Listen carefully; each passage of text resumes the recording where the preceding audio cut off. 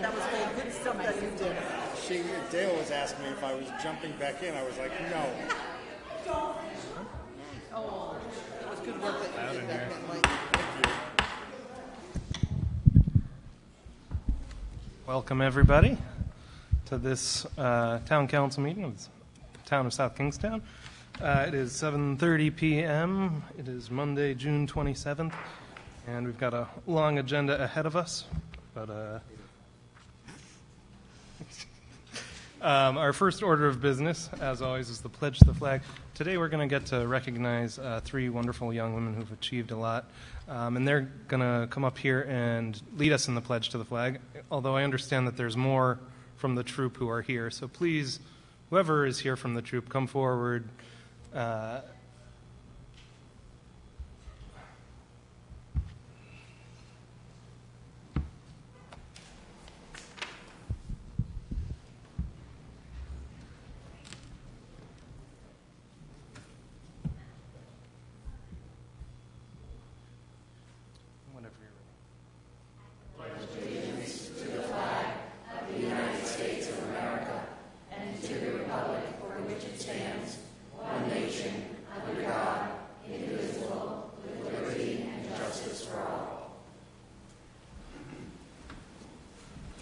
And Erica, if you won't go too far, and if Grace is around, please. I don't think Grace is here yet. All right. That's all right. You're doing fine. I'll try to do better myself. Will the clerk please take the roll before we go? Council President Collins. Here. Council Vice President Haley. Here. Councilwoman Clow. Here. Councilwoman Gledhill. Here. Councilman Veely. Here. All members present. Thank you. And we're going to move forward items 13A, B, and C on the agenda. Three resolutions, excuse me, honoring three wonderful young women from our community. And this first resolution is for Erica Wynn, and it states, whereas Erica Wynn has devoted her time and her energy to complete the requirements of and participate in such a worthwhile organization as the Girl Scouts of the United States of America. A little louder. I can hear you. And whereas she has met the challenges of the Girl Scout program and developed her courage, confidence, and character, she has demonstrated self-discipline, time management skills, originality, and initiative. And whereas she has practiced daily the ideals of Girl Scouting and discovered her own values, knowledge, and skills to explore the world, connected with her community locally and globally, and has taken action to make the world a better place. And whereas Erica's project goal is to increase the community's knowledge about human trafficking, to educate people about how individual daily choices can impact others on a global scale, and to show how we can make the world a better, safer place by exercising our freedom of choice. This was accomplished by researching and creating an educational curriculum aimed at high school sophomores, which she then taught at South Kingstown High School. She has passed this program to the global studies teacher who will continue to use it within her classroom after Erica has left the institution. And whereas she has earned the highest honor in Girl Scouting by achieving the Gold Award, bringing pride to herself and honor to her troop, number 190, her family, and to her community, may this be a preview of her future dedication to a purpose and service to pursue until she accomplishes the goal that she is seeking. Now, therefore, we, the Town Council of the Town of South Kingstown, do hereby extend our congratulations for a job well done and best wishes for success in all future endeavors. Congratulations.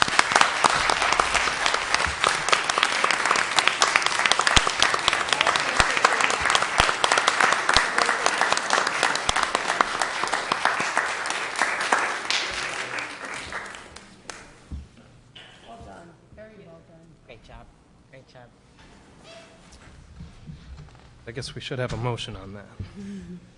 I'll make a motion to approve item number That was 13C. And I was very lucky to be able to attend the bridging ceremony and see these girls bridge. They had fantastic Excellent. I second that. speeches. They really were good speakers that day. Very impressive. Thank you so much. I had the pleasure of working with Erica at the co-op. Great job. I've had the pleasure of working with Erica, and I don't know personally the other girls, but if they're anything like Erica and her sense of character and responsibility to her community, she's just an incredible asset. I'm so excited to see what she's going to do next. So, Mr. Council President, if I could, Yes. you've just been awarded cookies. I would also like to note that Erica is the top seller of cookies in our service unit for this year and last year. Oh, that's great. And the year before that.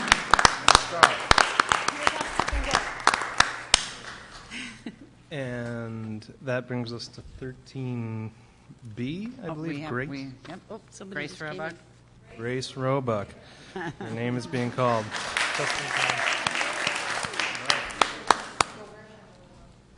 And this resolution reads, whereas Grace Roebuck has devoted her time and her energy to complete the requirements of and participate in such a worthwhile organization as the Girl Scouts of the United States of America, and whereas she has met the challenges of the Girl Scout program and developed her courage, confidence, and character, she has demonstrated self-discipline, time management skills, originality, and initiative.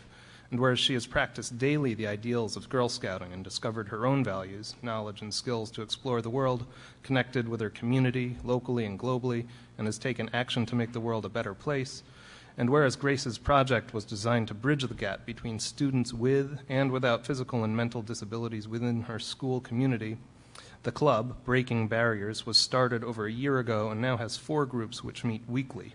Together, the members play games, do arts and crafts, chat about life, and sometimes even have breakfast parties. This project has helped to unify the school community while ending the stigma associated with mentally and physically challenged individuals. And whereas she has earned the highest honor in Girl Scouting by achieving the Gold Award, bringing pride to herself and honor to Troop 190, her family, and her community, may this be a preview of her future dedication to a purpose and service to pursue until she accomplishes the goal that she is seeking. Now, therefore, we, the Town Council of the Town of South Kingstown, do hereby extend our congratulations for a job well done and best wishes for future success in all future endeavors.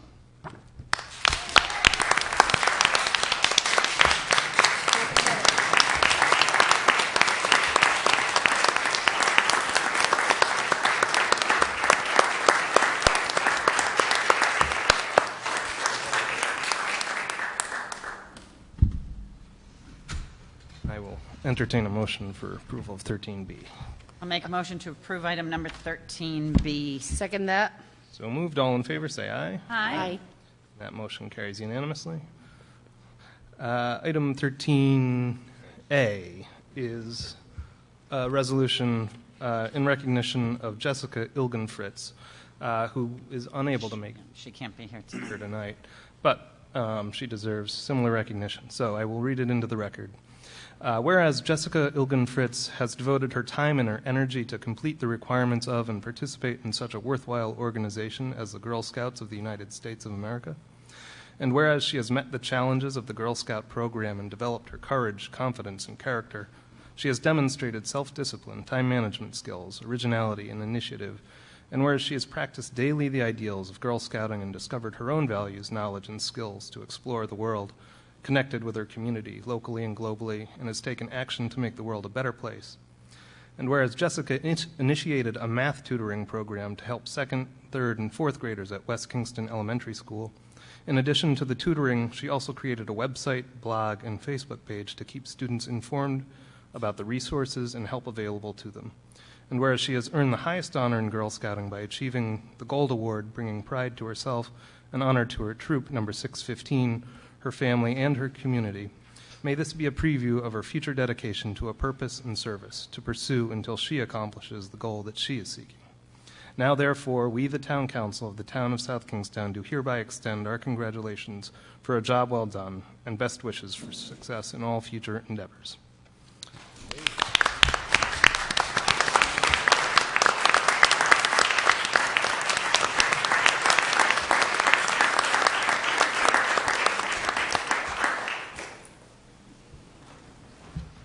Would somebody want to deliver this to Jessica, or shall we keep it here? Anybody? Thank you. Thank you so much. Thank you. Oh, yes, and do I hear a motion on 13? I make a motion to approve item 13A. Second? So moved. All in favor, say aye. Aye. Did we forget to actually have the vote on 13C? No, we did. Well, then we should vote on that. Well, I make a motion to approve item 13C. A second. So moved. All in favor, say aye. Aye. Here we go. It's official. All right, that brings us to item 4, approval of minutes of previous meetings. I make a motion that we approve the items A and B under number 4 for the work session of June 13th and the regular session of June 13th. Second. So moved. Any discussion? I was not here for the work session, and part of the regular session, I was attending the high school graduation, so I will abstain from approving or voting. All right. All in favor, say aye.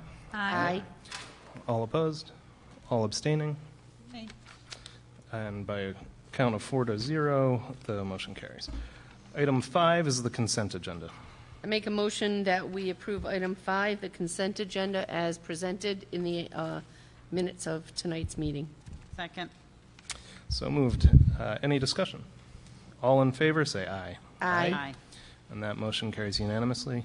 Item 6, under licenses, is a resolution granting a Class F 19-hour beverage license to Christ the King Church of Old North Road in Kingston for a wine tasting evening event to be held on Saturday, July 9th, 2016, from 6 p.m. to 10 p.m. at Christ the King Parish Hall. Application by Michael Marin. Marin. Welcome. Thank Tell you. us about your event. It's a one-night event. We're raising money for a church mission trip to Nicaragua that'll take place in August. Excellent. Do we have any questions from the council? No. Is it open to everyone? And It is. We haven't advertised it past the parish, but well, if you want to let people in the audience know how they can. I have flyers here. And do you host this event right at the church? Is it outside or? It's in the church hall. The flyers basically are up in the church hall and on the website. Very good. I will tell you that my coworker went to Nicaragua. She is a parishioner at your church, and she went there, and it was a life-changing experience for her. She was very grateful. It was a life-changing experience for all of us. There were 26 of us that went on the first trip 2 years ago. That was my coworker went there. I make a motion that we approve item 6A under licenses. Second. So moved. Any further discussion? All in favor? All in favor, say aye. Aye. That motion carries unanimously. Good luck. Thank you very much. And that brings us to item 7, public hearings. 7. Yes. Okay. 7A is a public hearing relative to proposed amendments to the Town Code, Chapter 10, Motor Vehicles and Traffic, as follows. This will be to amend Section 1071, Parking at Marina Park. And it would add in a section that says, notwithstanding the foregoing, the Chief of Police or his representative shall have the authority to grant an exemption from this prohibition for boat owners who rent slips at Marina Bay docking. And then it would add a Section 1074, parking of recreational vehicles in municipal parking facilities. No person shall park or occupy a recreational vehicle as defined herein in a municipal parking lot. I'll read the whole thing just for fun. Or a municipally owned parking area between the hours of midnight and 5 a.m. or for a period of more than 10 hours between 5 a.m. and midnight. For purposes of this section, a recreational vehicle shall mean a vehicle which is A, built on a single chassis, B, 400 square feet or less when measured at the largest horizontal projection, or C, designed to be self-propelled or permanently towable by a light-duty truck, and D, designed primarily not for use as a permanent dwelling, but as temporary living quarters for recreational, camping, travel, or seasonal use. Steve, do you want to tell us more? There's two issues that we're proposing amendments to the ordinance this evening. The first is a past practice that has been in place for many years, which was to allow boat owners who rent slips at Marina Bay docking to be able to have overnight parking when they were in need of taking the boat possibly to Block Island, or if they were staying on the boat for the evening for parking. The current ordinance says that no parking is allowed between 2 and 4. We have allowed by registration with the owners of Marina Bay to allow for those people to be able to park within the parking lot overnight. We're asking at this point to amend the ordinance to recognize the legal ability for those with proper identification and stickers to be legally parked within the parking lot. All other vehicles will then be ticketed if they are in that parking lot between 2 and 4 a.m. The second component is we've had a concern over recreational vehicles, large recreational vehicles that have spent considerable hours in that parking lot and are taking away parking space either from those that are using the boat ramp or from the using the businesses or the field itself. This provision would prohibit the parking of such a vehicle between midnight and 5 a.m. and no longer than 10 hours from 5 a.m. until midnight. Both of these are necessary for us to deal with proper regulation of that parking lot, particularly on the 2 to 4 a.m. I will note for the record there was a request that was submitted to the council asking for further consideration for the storage of a box truck in that parking lot. That has not been incorporated into the ordinance amendments at this point. The reason being that we did not feel that the truck itself belonged in the parking lot and that other locations may be more appropriate for that storage. Once this ordinance, if adopted, goes into effect, we would then begin regulating that parking lot. The ordinance amendment is also necessary because we've had a number of complaints about the overnight parking that's occurring there. Obviously, we've seen a great deal of use increase within the lot. There's a lot of activity there, and that lot needs to be cleaned out between the hours of 2 and 4 to make sure that we're not having either boats or vehicles overnight that we don't have record of as to why they should be there. So that's an explanation of what we're looking for with the ordinance amendment. I'd be glad to answer any questions council may have. Any questions from the council or comments? Pretty clear. Chief, come closer. Did you want to add something to this, Vin? This obviously amends an ordinance which has been in place for a long period of time, prohibiting parking between 2 o'clock a.m. and 4 o'clock a.m. Should you pass this amendment tonight, it will give the police department the ability to sit down with the tenant and work out a program where the tenant can clearly identify for us those people who read slips from her. And then we can, as indicated in the proposed amendment, I can extend the parking courtesy to those people who actually rent slips from the tenant.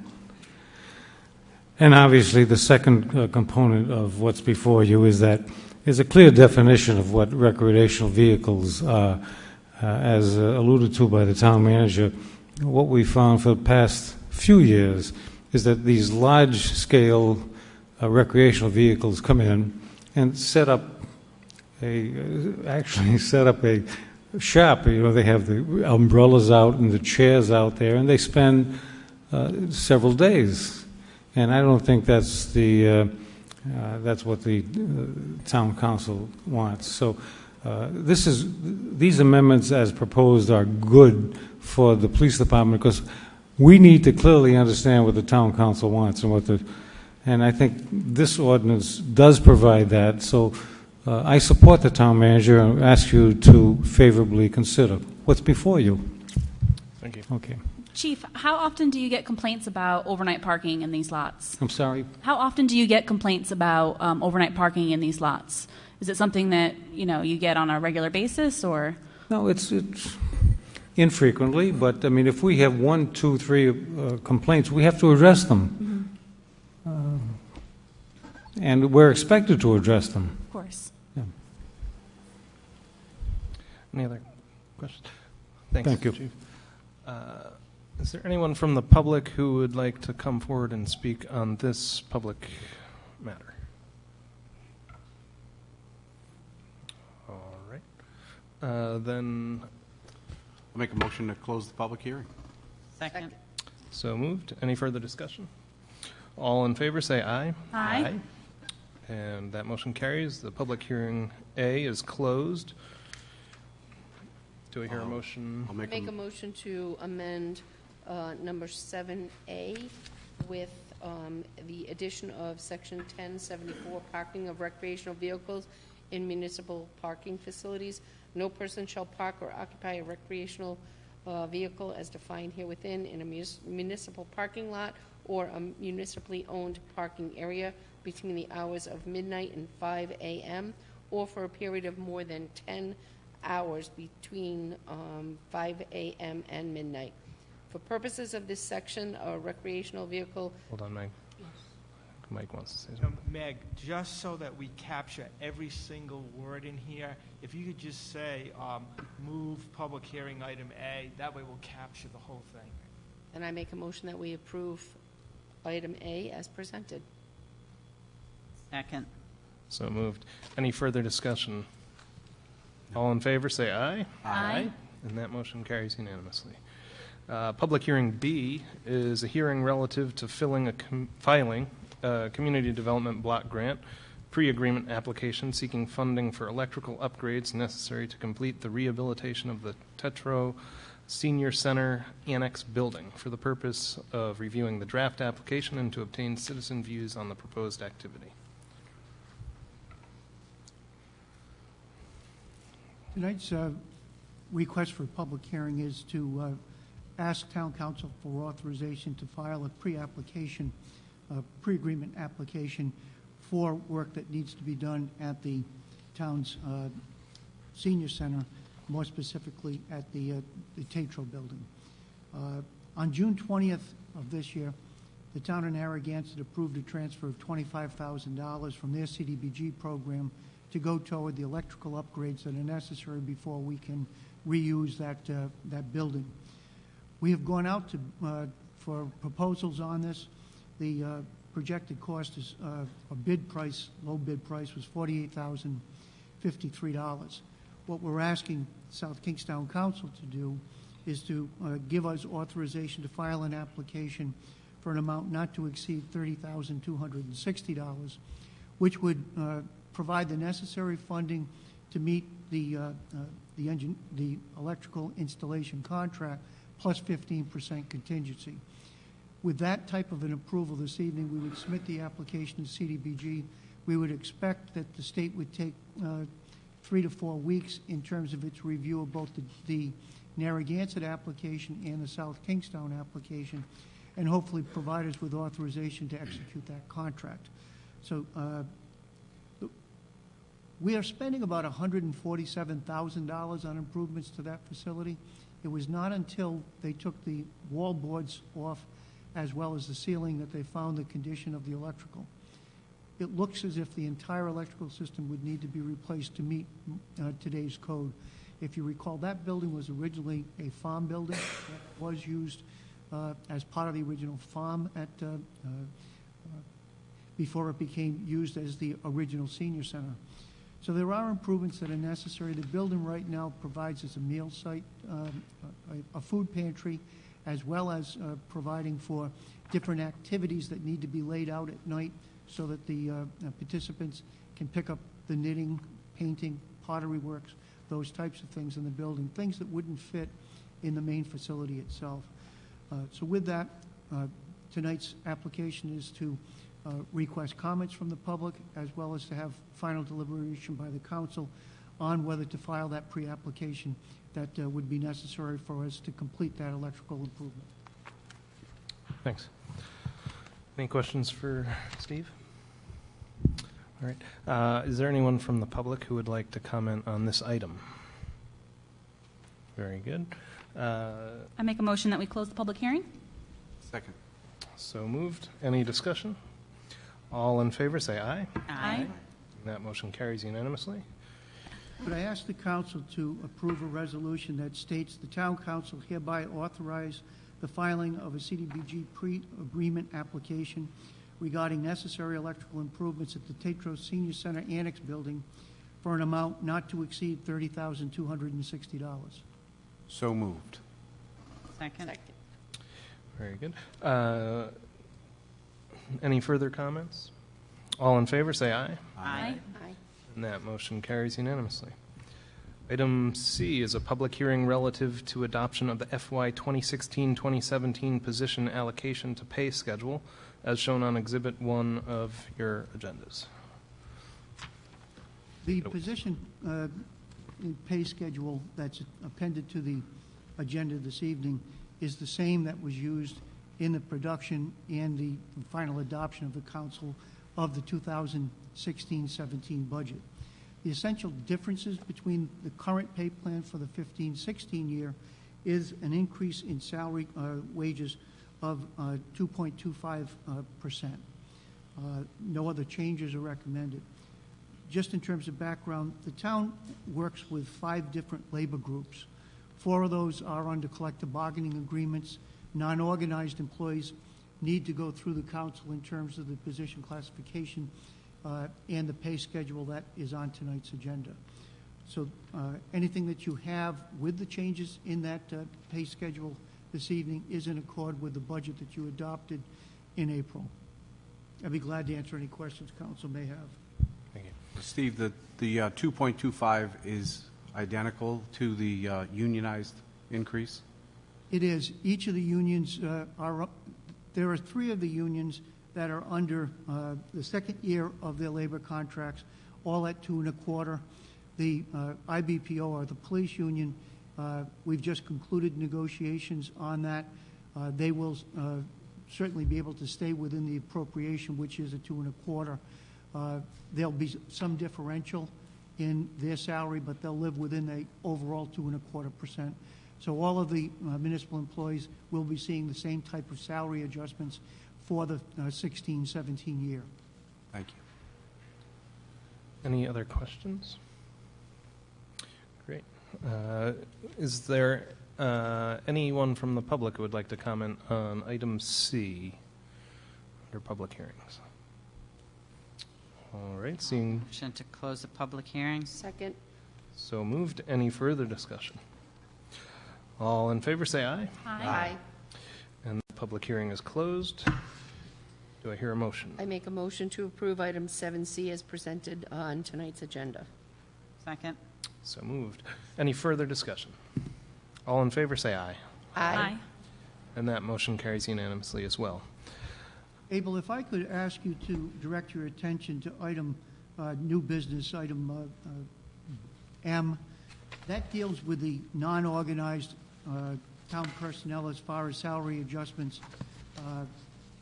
I think it would be better for us to address it after the public hearing so that it doesn't look like the two are separated. This, again, shows that there will be a 2.25% salary adjustment for the non-organized, all that were within the pay plan. The only other adjustment that's being made for financial remuneration is in the longevity area. There will be an increase which is required under the contract with the NEA, which is what we fashion to compare the non-organized to, as an increase from $2.30 to $2.35 per week for a year of service on the longevity schedule. Essentially, what that means is that if somebody was a 10-year employee, it would be a $24 increase over what it was in the current year. So it's $2.40, $2.35 on an annual per year basis rather than the $2.30. And that's multiplied times the number of years of service that they have. The start point is no less than 3 years. So I'd ask you to consider adopting that. We also referenced the health and dental. There are no changes. Co-share stays collectively at the 20% level.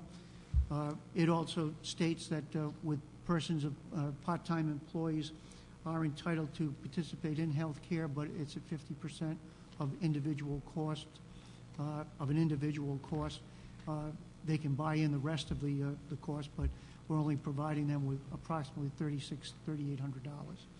Those are the only changes that will be in any of the non-organized personnel adjustments for the year. I'd ask the council to consider adoption of that resolution, if you would, at this point. Right. Yes, with that fresh in our mind, we'll bring forward item M. Do I hear a motion? I make a motion. Sorry, go ahead, Meg. No, you go ahead. Oh, I make a motion that we approve item M under new business. Second. So moved. Any further discussion? All in favor, say aye. Aye. And that motion carries unanimously. And we'll go back now to item 8. Under communications, letter A is a communication dated May 30th, 2016 from Timothy P. O'Neill regarding traffic safety on Middlebridge Road and the findings of the road safety assessment completed by the Rhode Island Department of Transportation. Good evening. Good evening. How are you? May I hand you copies of these things? Yes.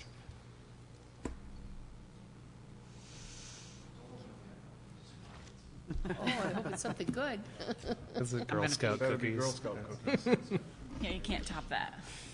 Thank you. Next time.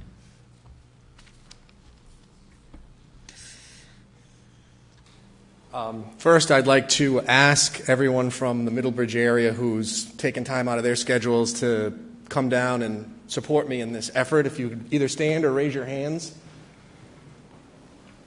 And I'd like to give them all an opportunity to speak after I'm done doing my thing so they can share their concerns with you. Oh, actually, I need my copy.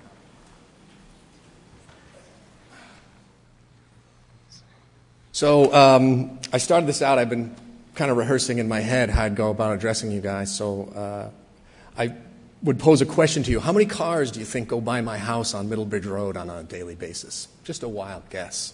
Anyone? Would you believe 1,000? I'd believe 1,000. Would you believe 2,000? Would you believe you could convince me. 2,200? It's about 2,200. So the number's pretty significant. You can open those things now because that's what I wanted to kind of give you the shocking number. It was shocking for me when the results of the traffic study were tabulated. So I've pulled together the facts as supplied by a traffic study that was done by both the South Kingstown Police Department and by the RIDOT study for this. And I'll just, they're in front of you, I'll run through them for the benefit of the people that don't have the information in front of them. Treaty Park is the north end we would consider of Middlebridge Road, where between Bridgetown and Torrey. And Lafayette you would consider the south end of Middlebridge Road between the bridge and Torrey. So Treaty Park, 2,554 cars per day per the study. It was done over a week's time in April. So this is probably a light number if you were to not take into account summer traffic. And of those 2,500 cars, 2,200 of them were exceeding the speed limit, or 88%. The 85th percentile, which is the magic number that's used to drive traffic decisions about traffic engineering studies and things like that, it's not the median, it's not the halfway point. It's called the 85th percentile. It's 41 miles an hour on that section of Middlebridge Road, which is a pretty staggering number. It's over 15 miles an hour over the posted speed limit. So that means 15% of the cars are exceeding that number beyond that. So 15% of 2,500 is a pretty significant number. The average speed's 38. The top speed was 64. I did a 24-hour clock, and I regret that because I think the numbers would have been more impressive if I had done a 16-hour clock, because you've got to figure most of these cars aren't doing it at 1 o'clock in the morning. This is between the peak hours, and it would look like a bell curve if you were to look at like a camel, 2 humps, during the course of the day. But every 2.5 minutes, a car exceeds the posted speed limit by over 10 miles an hour. On the south part of the road, it's 1,600 cars per day, a little less, but with 95% of them exceeding the posted speed limit. The 85th percentile is 36 miles an hour, 11.4 miles over the posted speed limit, and a top speed of a staggering 67 miles an hour. Now, I've heard that could have been an emergency vehicle. That may be the case, but I think some of the residents will attest to the fact there are a fair number of cars that fly down that road. So 102 cars per hour, 1.7 per minute, and every 4 minutes one exceeds the posted speed limit by 11 miles an hour over. Now, I'm going to go through all these numbers, and I'm going to give you my tale.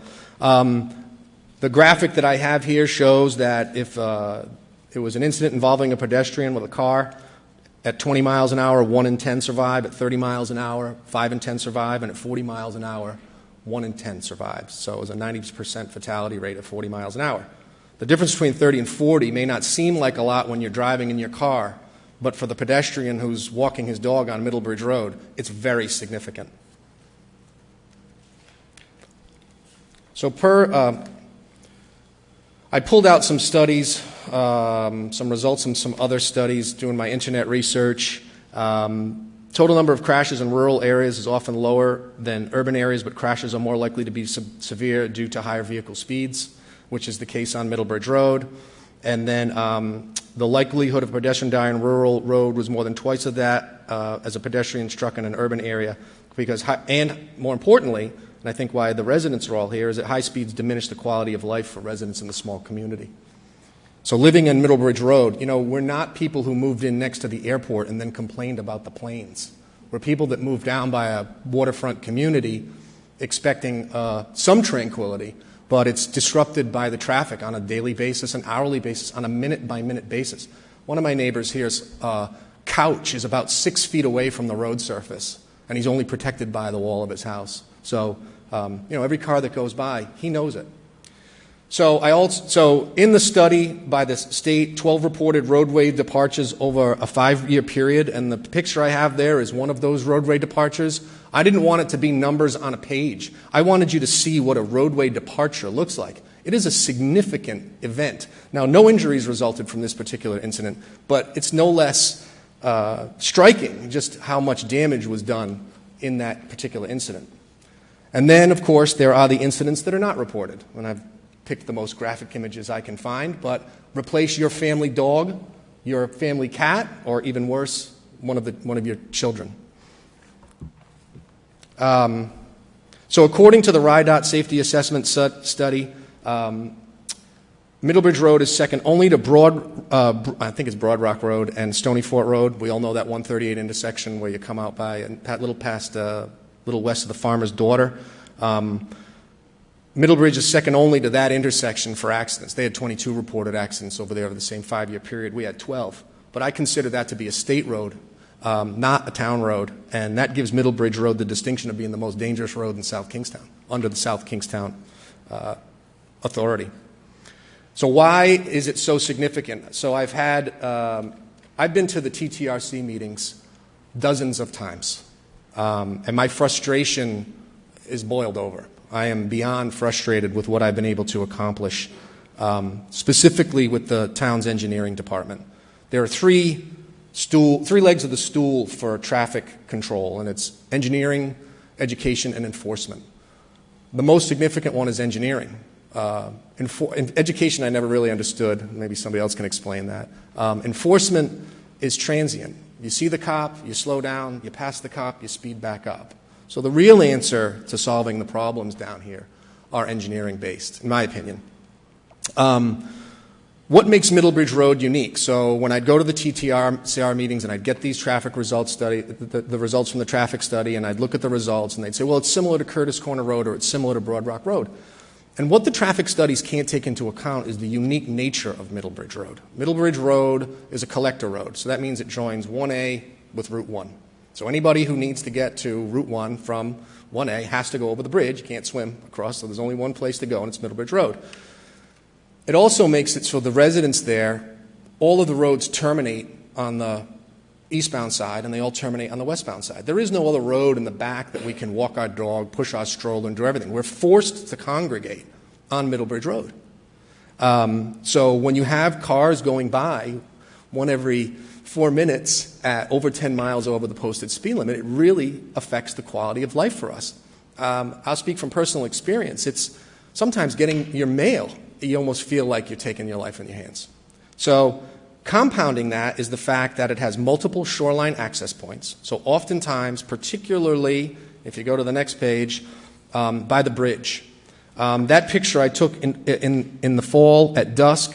You see 3 or 4 cars parked there with fishermen. The last thing they're thinking about is the car that's coming over the crest of that bridge. They're excited to go home and show their wife the big one that they caught. One wrong move, somebody texting, got their head down, going 50 miles an hour. It's a miracle to me that there hasn't been an incident there yet. The picture I have there is also on-street parking is the only place to park in many cases in Middlebridge Road. The residents are forced to park on the road because the area was developed before there was really zoning. With the one house that's, as I said, the setback is 6 feet. That picture is outside of Pollock, where a bunch of cars, the state launch was overfilled, and a bunch of cars were forced to park with their trailers on the road surface. And that'll happen on both sides of the road. So you'll have people speeding between, people unloading boats, pulling their life preservers, water skis, whatever, out of the back of their pickup trucks. I mentioned already the full-time on-street parking. My house is actually in the picture on the left. That's my neighbor's house to the right. He's got a infant. He parks his 2 cars on the road surface. He's got nowhere else to go. So if he's got to step around to the passenger driver's side of the car to get anything out of the car, he's basically standing in the road with his back to traffic, and he has no choice. And it's all over up and down Middlebridge Road. Another thing that makes Middlebridge Road unique and attractive is the fact that it's so long, flat, and straight. And I think that's part of the problem with the speeding issue. Because it's so long, flat, and straight and has such long sight lines, the perception of speed isn't real to the drivers. And I will have a confession. I grew up on Boston Neck Road, and it was a collector road for me to go to Wakefield every day.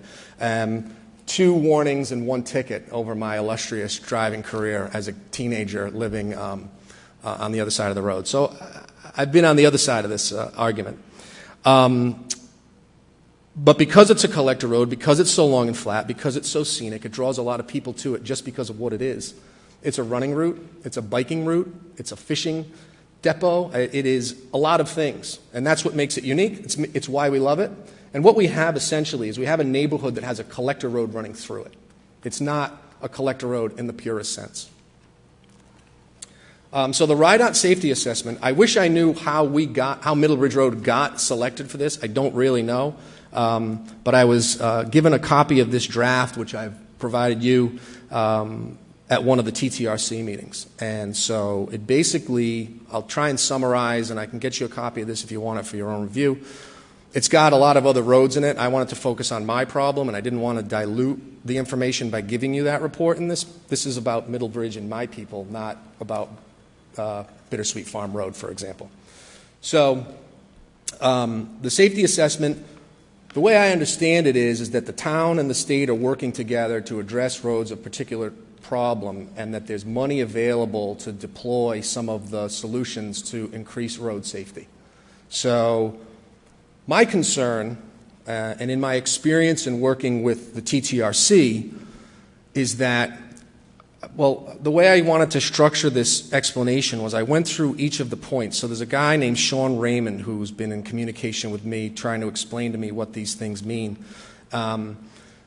So each one of the issues that were cited by the Road Assessment Committee, there is a suggested response. And so in the case of this first one, and we don't have to go through each one item by item, roadway departure crashes due to negotiating turn near Lafayette Ave, signs approaching and around curve does not meet current standards. So curve ahead pavement marking added in fall in 2015. That was the problem. The curve ahead pavement marking was applied. So that was good. And then per Sean Raymond installed chevron signs and curb warning signs in advance in the curve and blah, blah, blah. So that's how this thing is structured. There's basically a table that says here's the problem, here's the location, here's a recommended solution, and here's a time frame. And then they went on to give the cost of some of these things. So I'm assuming the cost is what you could anticipate to spend, and I would also assume that it's what you could expect to be reimbursed by the state for deploying these things. We have a pedestrian walkway that is going to get replaced. And again, I'll just flip through these. The guardrail is of particular concern for me because I want to go through something that came up during one of the TTRC meetings. The guardrail is right in front of my house. It's on Lafayette. Again, I won't bore you. I don't want to take everybody's time with going through these things line by line.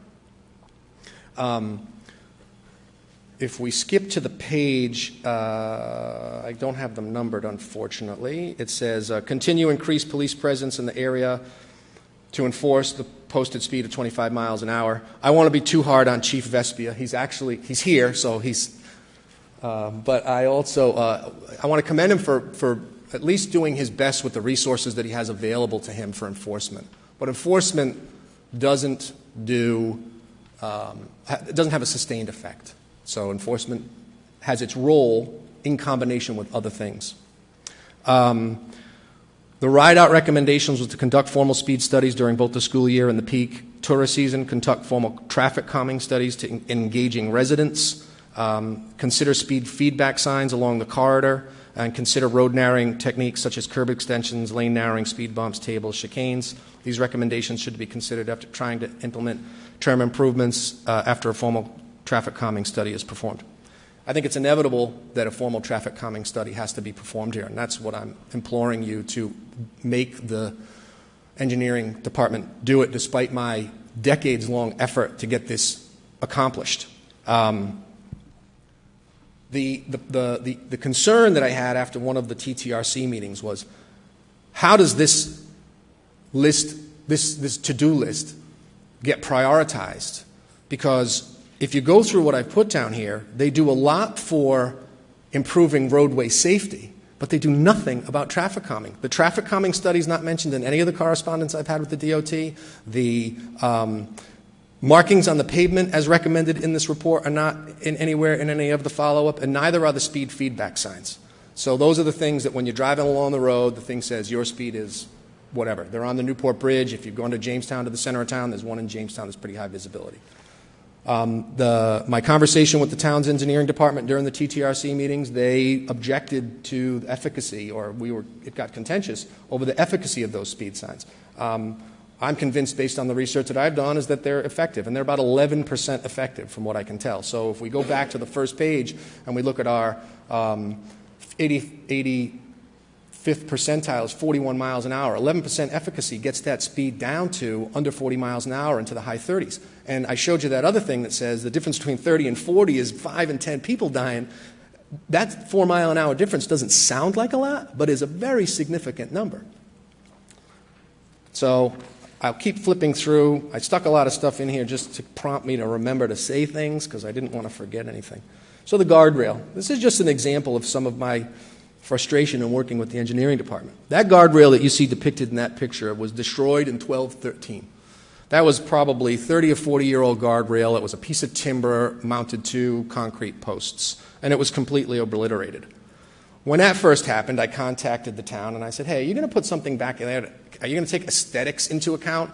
I never got a reply, and what we ended up with was something that's really suitable for an off-ramp on Route 95. And it was where it was positioned actually made it more difficult for pedestrians because it was moved out closer to the road surface. So if you're walking your dog or carrying your paddleboard or rolling your kayak towards Lafayette, you are literally in the middle of the road. You have nowhere to go. So they took away the foot that we had or 2 feet that we had with the new guardrail. One of the recommendations made by, now so the new guardrail goes in, and then one of the recommendations made by the RIDOT was a new guardrail. And I'm like, we just replaced the guardrail. Well, it turns out that the guardrail that was installed was not to code. It was substandard. So the guardrail, in the menu here that we have of the costs, the guardrail, to replace the guardrail that was replaced in 2013 is a $23,000 expense. And I flipped my lid when I was told that the guardrail is the priority. Because I'm like, first of all, you didn't install it right in the first place. And second of all, it's not what the residents are begging you for, which is speed control measures, which are far less expensive than $23,000. And I would think that the guardrail issue would become less of an issue if people weren't exceeding the speed limit by 15 miles an hour. So, having said that, what I am suggesting, and based on my own research, and I'll be the first to admit I'm not an engineer, I wouldn't know where to put them, I wouldn't know what the right size would be, I wouldn't know what the MUCTA code is, what they use for all that stuff. And I would rely on the town engineers to make that decision. But based on the aesthetics, trying to maintain an aesthetic for the Middlebridge area, installing something that's not disruptive, because we don't want speed bumps and things like that. I mean, all of my neighbors, well, you got to put speed bumps in.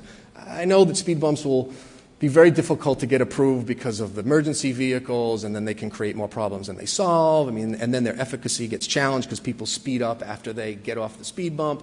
So, the reality is we're looking for cumulative incremental improvements and the lowest possible cost ones. So in doing my research, pavement markings, I think, qualify along that.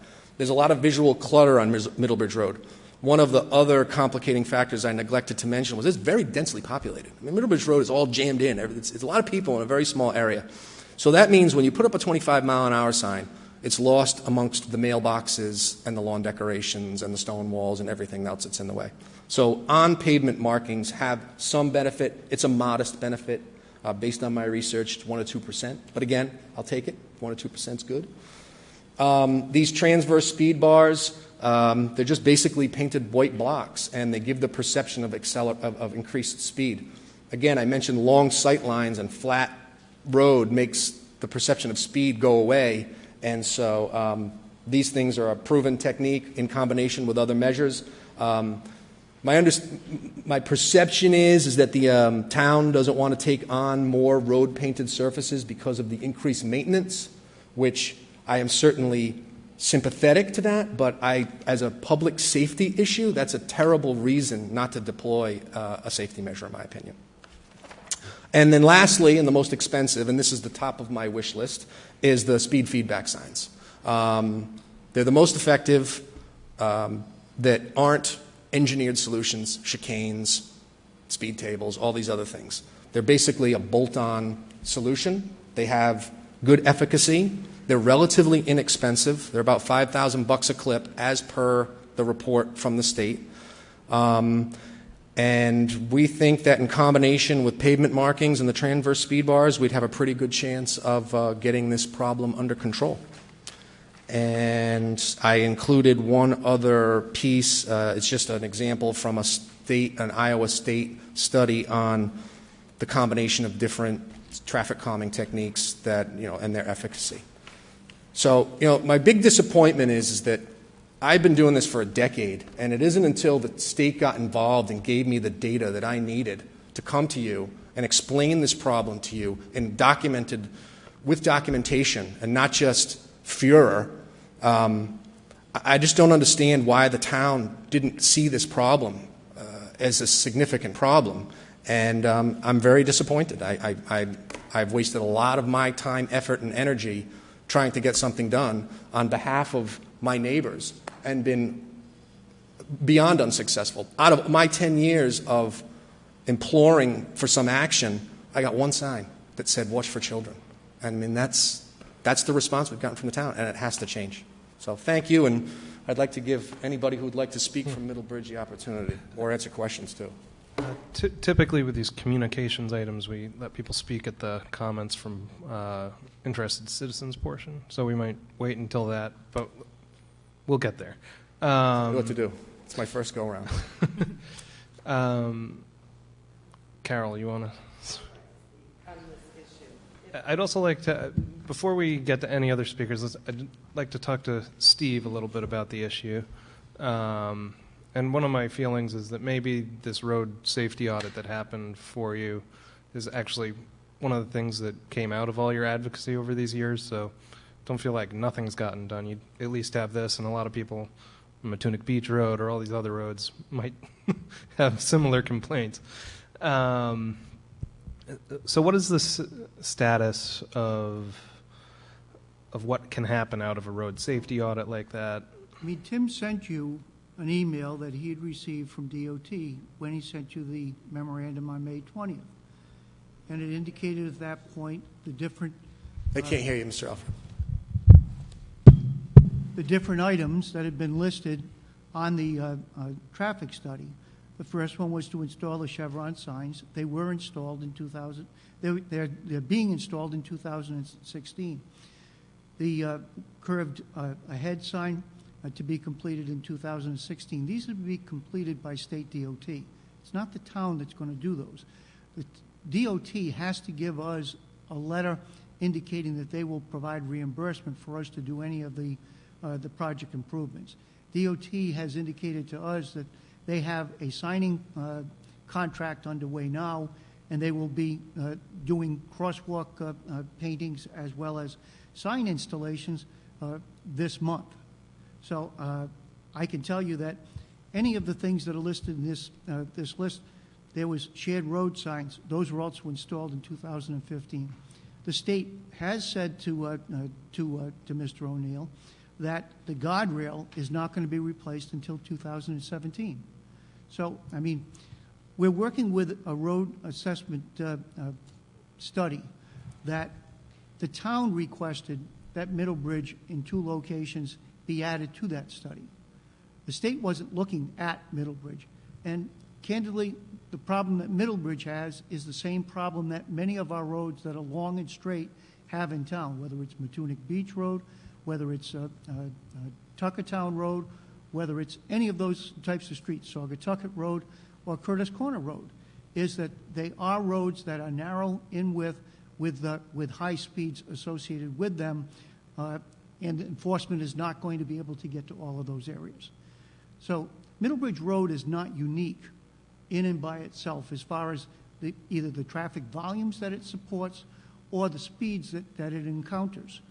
And any of the things that we're looking at in terms of improvements on any of these roads are necessary for all of the roads.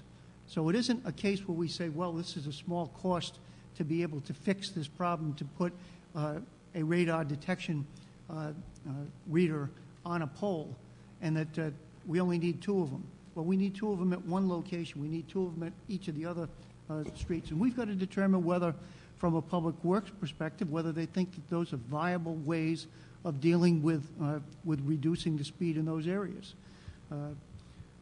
I'm sure every single neighborhood has concerns. You've seen it in the past as far as particularly, we had Matunic Beach Road in over the same subject. We had the same problem as far as the people on Broad Rock Road. So this is not a problem which is unique to this one road. The problem that we have is that we're a community of 30,000 people, and Middlebridge Road is a collector road that we're seeing more and more traffic on, particularly during the summer months when people are trying to avoid the Route 1 traffic, and they're trying to get into the Narragansett area. We will continue to try to provide for safety improvements in this area, just as we do it throughout the town. But if the suggestion is that this is a unique street, that the town has looked the other way in terms of solving readily identified problems that are easy to solve, it's just not the case.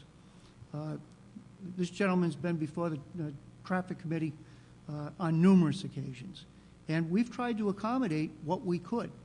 Unfortunately, it's not seen as being enough to satisfy what his needs are. But unfortunately, there are a number of roads that we have in town that may not be really the safest place to be walking a dog or doing a jog.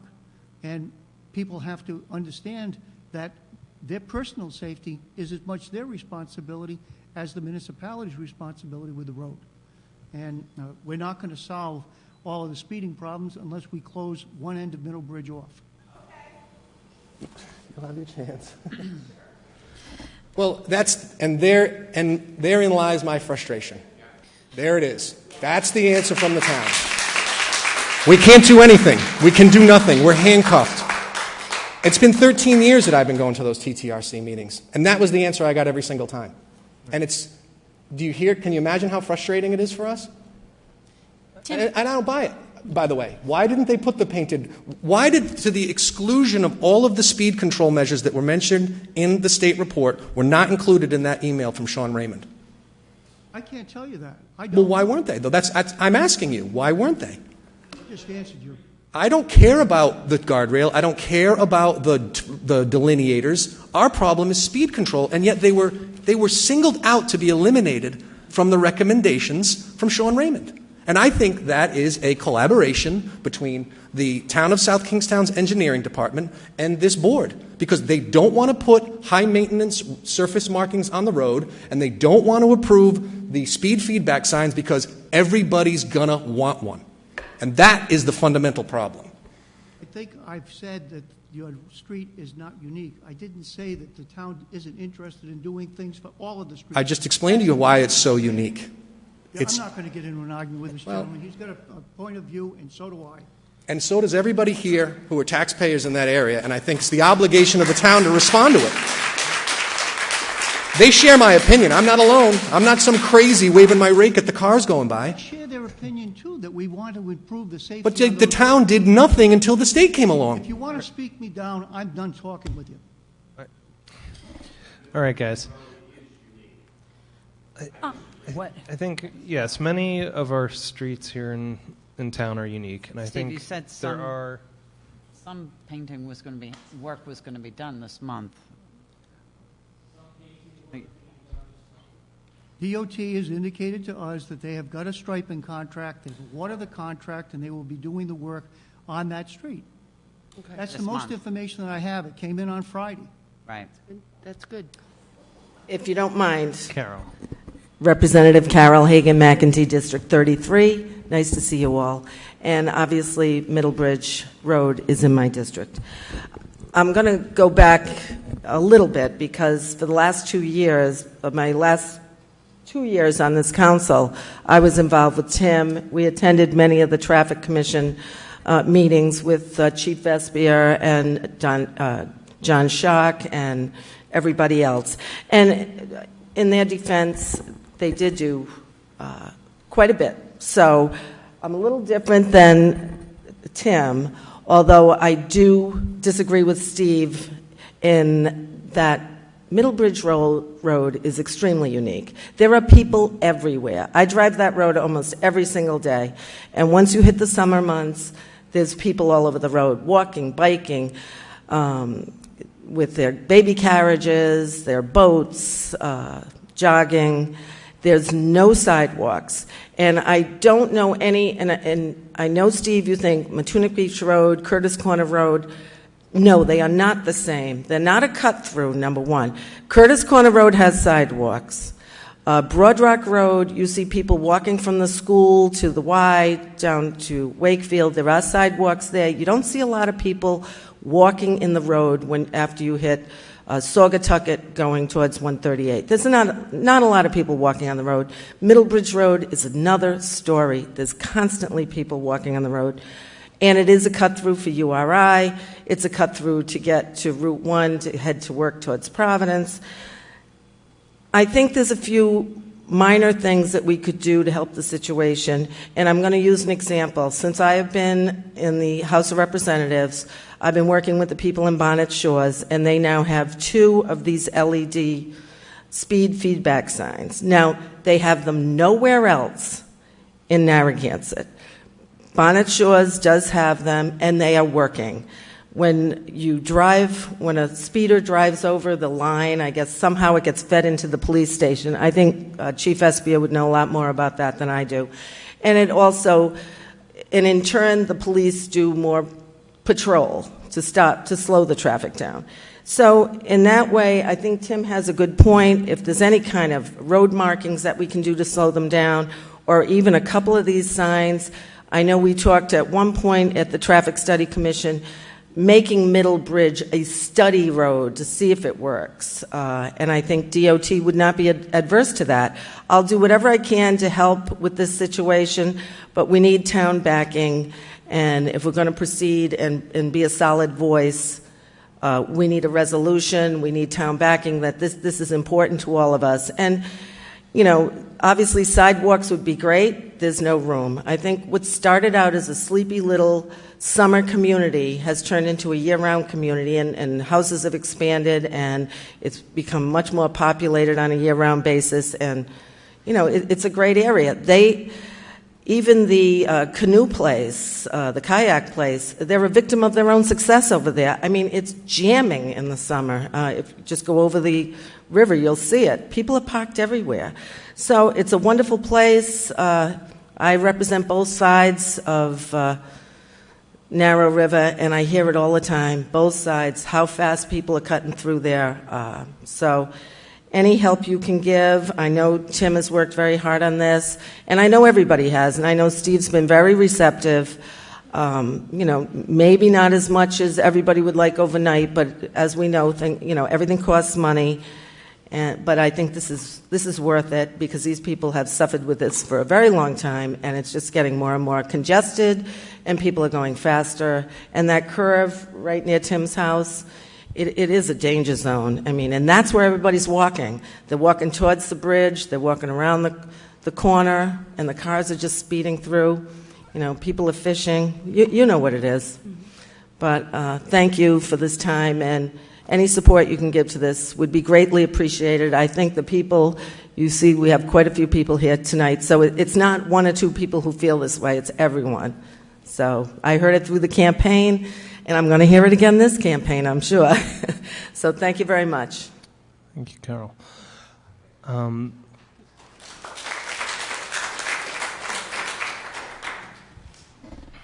Go ahead, Liz. Okay. I have to agree with Carol and Tim. I travel down Middlebridge Road. I actually, when I was campaigning, walked through there and felt truly like I was taking my life in my hands. You're absolutely right. It's terrifying to drive down that road when there are speeders coming down, just like it's terrifying in many roads. But I do disagree with Steve in that I think Middlebridge Road is unique. It is a cut-through. Sometimes I intentionally take Route 1 because I don't want to see the traffic there, and I don't want to have to compete with pedestrians walking down that road. And every road has residents that could come here and argue that theirs is more dangerous or more important, but the fact of the matter is you all showed up tonight to say this is important to you, and you've been working on it for a long time. And I wholeheartedly agree. If it's a small expenditure, we're talking, you said about $5,000 per sign, let other people come and request that for their own neighborhoods. I'm all in favor of keeping these roads safe and monitoring the speed. It's a small investment for a huge reward. And even if these projects, they are on the docket, we are going to get reimbursed for them. None of it's going to happen overnight. But if we can do something today to prevent, we don't know if somebody's going to get hit tonight or tomorrow. I think it's an obvious issue, and I appreciate that everyone showed up tonight to explain that. Yeah, I think,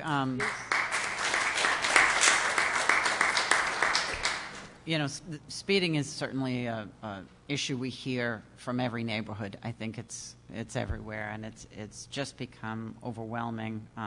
My daughter lives over on Rose Hill, which is kind of a cut through. It's parallel to Broad Rock, and people just go so fast there. Middlebridge is unique, I think, in that it's so narrow. I'm just curious if any thought has ever been given, to making it just a one-way.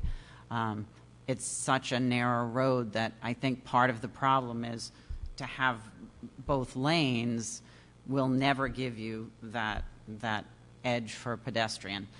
So even with lesser speed, you're still going to have, I'm just curious, I don't know if that's ever even been thought in. I can't get 25 slow painted on the road. Good luck making it. Well, I'm just curious. Residents would have your head. Yeah, I'm just curious. I don't know if that would be better or worse, but, possibly it needs to be looked at. Something needs to be looked at, certainly, because, you don't want a dangerous situation down there. I am pleased that some things are going to be painted on the roads this month, from what Steve is saying. I do know, though, too, that Matunic Beach Road has one of those signs you've been talking about. Mm-hmm. What's scheduled to get down has nothing to do with speed control. They're just restriping the pedestrian crosswalk, which has gone neglected for 20 years. So they're installing new signage for it's all in that thing I gave you. And as I said, I'll send you the report in greater detail. But it's all, what was curious to me and why I'm so worked up is because, as I said to Steve, the specific verbiage in the report that refers to marking the pavement and the speed control signs, which were considered a long-term proposition, which is greater than 2 years per their math, which I get, were not mentioned in any of the follow-up stuff. So somewhere along the line, somebody said, X-nay, we don't want those on there. And I can tell you from my experience with TTRC, it's precisely why I told you. They don't want to take on the maintenance of maintaining the painting, and they don't want somebody else to see the 25-mile-an-hour slow sign because all of a sudden everybody's going to say, I need one of those in my neighborhood, and then you'll have to deal with it. That to me is the fundamental underlying objection to them deploying those solutions. But they work, and the data supports it. And based on the research I've done, those are the most cost-effective solutions that are available, short of one-way streets, chicanes, and everything else. All right. So I think there's a couple issues that have come up here. One is certainly the particular road in Middlebridge, and perhaps we can work with Representative McEntee and send a letter to DOT about these a potential for signs, maybe cite the Complete Streets law that was passed a couple years ago, and see if we can get DOT to help us. I think a broader issue is looking at some of these straightaways in town and whether it would be efficacious to put these speed feedback signs around town so everybody is covered. And, looking at how much that might cost the town. Yeah, I'm going to need to get the information from Public Works because I'm not aware of anything that was stifled from the report. If there's items that could be considered that are road markings, I want to find out what those are and what those costs are because I'm not aware of it. But I will take a look at that, and I'll get the information to council. I'll also get information as far as what the speed signs, the radar signs would cost for installation. But again, I think what I'm trying to convey here is that we're not dealing with just one road when we deal with the town road system that we have. And many of those roads are going to need or should have the same type of considerations rather than just because we have a complaint on one. And that's what we have to try to do is to try to find balance. And I think you're right. And I also think it's one of our goals as a town council to make our roads safe for pedestrians. And, we've tried to make a priority of it, so this is something that we should look at. And, we do appreciate everybody coming to the council. We very rarely see crowds like this, so thank you. Steve, do we have a portable sign that we could put up at Middlebridge temporarily until we can come to a conclusion of something that could help? We have the same sign that we use in different locations with the town, the signboard as far as for slowing down. Whether or not that they've used it in Middlebridge or whether there's even a safe location to put it based on the narrowness of the road. Right. Something that I would count on the chief to determine on our behalf. I just want to say I would rather see this conversation stay on a more positive focus than a negative focus. You are all very passionate. You lead a great charge. I see the representation. Obviously, people have grave concerns there, and I respect that. And I would just like to entertain or ask if there are or is something that we can do with DOT or the help of perhaps Representative McEntee to find out what the cost would be or if there's some grant funding available that we could not only utilize it in Middlebridge, but other areas of town. Obviously, you people have very strong concerns and don't think that we're not listening to you because we are. If the assets are going to be deployed to put the... Yes, sir. If the assets are going to be deployed to stripe this sidewalk, and I do have some preliminary numbers here from the report, they say the preliminary costs to install, consider regulatory pavement markings such as 25 miles per hour, and that's under the immediate term in the table, is $300. So you're going to have the striping guy down there. I know it may not be written into the contract, it might be too late to amend it, but that would be a start, and I think all of the residents here would at least say, that was a goodwill gesture as a result of our attending the town council meeting, that they're serious about it. I didn't expect to leave here with a commitment that we're going to put signs up tomorrow, but we'll be back, and if you could do this, I think we'd all feel a lot better about, and communicate to Chief Vespia that, you got to have patrols down there more often. My experience is they've reverted to rolling patrols as opposed to stationary patrols, and you can argue Chief Vestry will tell you that it's all residents that he pulls over. And I said, well, the residents will figure out real fast that the roads are being patrolled more regularly. But high visibility patrols, I know growing up there was always a cop parked on Middlebridge Road, and you knew that at that stretch from the corner to Torrey, you didn't speed. But the rolling patrols, we just don't see them as residents. They just don't seem to be as effective. They don't have that police visibility, that police presence. And then the other thing I learned in my dealings was that strictly enforced is arbitrary. So one of the policemen I was talking to, I said, when do you write a ticket? And he's like, unless you're going over 40.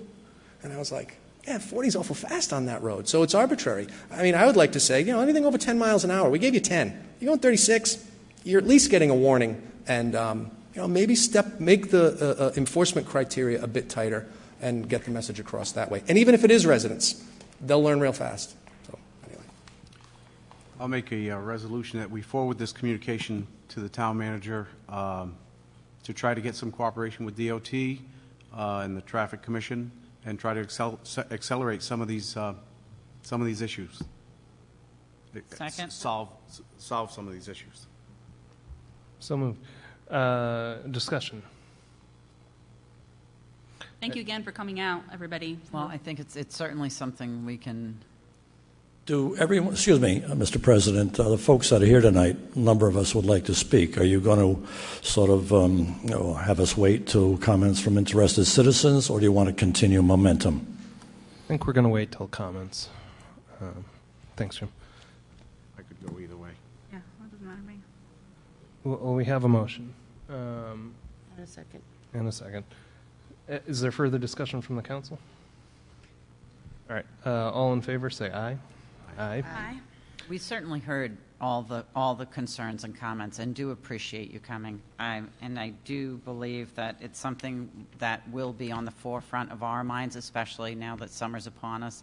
Middlebridge has always been a particularly dangerous area. It just is. It's a very narrow road, and hopefully we can make something happen for you. So. All right, so that motion carried unanimously. We'll get to comments very soon, folks.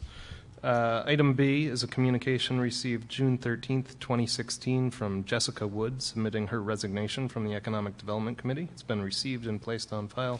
What are we going to do with it?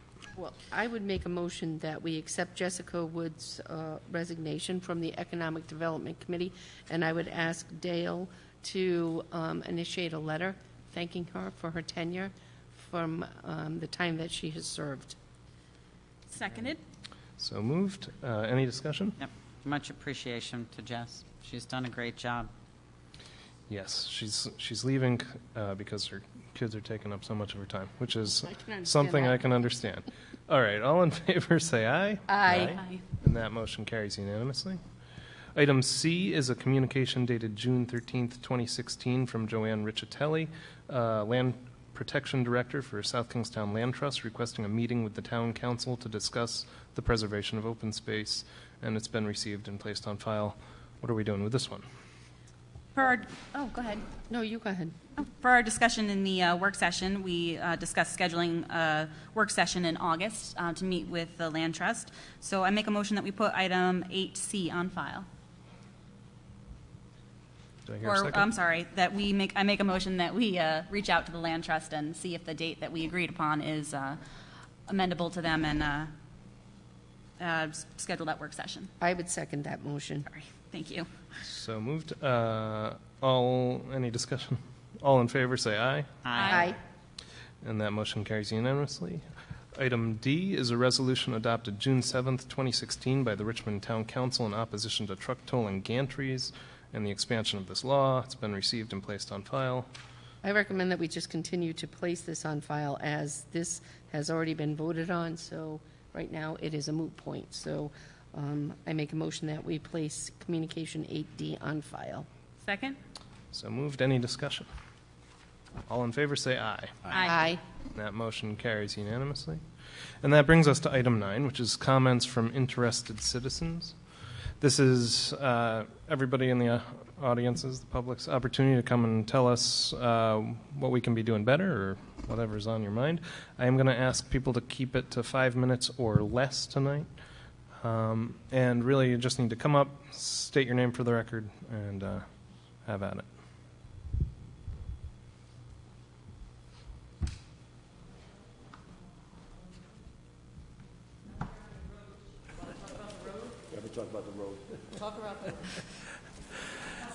Jim O'Neill from Matunic, no relation to Tim O'Neill, although the spelling's the same. Middlebridge Road and Matunic Beach Road, I believe, are very unique situations. I've sold real estate on all sides of all roads. And Middlebridge is something very different. It is a cut-through. I'll bet 80 to 90% of the traffic continues to Narragansett or continues to URI and out. Middlebridge is not a destination. There's no dead end in Middlebridge. The 100 or so homes down there, the residents, what are they, 10 to 20% of the traffic? The rest are there for speed purposes to get to southern Narragansett as fast as they can, whether to the beach or whether URI rentals. That's what it's all about. Also remember, there are no lights on Boston Neck Road, as there is up on Boston Neck by the Rite Aid. But if you go Middlebridge south, there are no lights when you pass the bridge where the kayak place is up to Boston Neck. No lights. Big advantage. Also, too, what's totally different, why these two roads are unique. You come down Bridgetown or you come down from Boston Neck on the upper bridge, you're building up pretty good speeds one way or the other. But you come down Bridgetown Road off of 138 or off of Route 1, you still have high speed on your foot. And when you take that sharp right southerly on Middlebridge, you're going to continue that speed. Same thing on Matunic Beach Road. You come off Route 1, you still have that mindset. It's very tough to slow down from 60 or 70 to 40. Very tough to do it.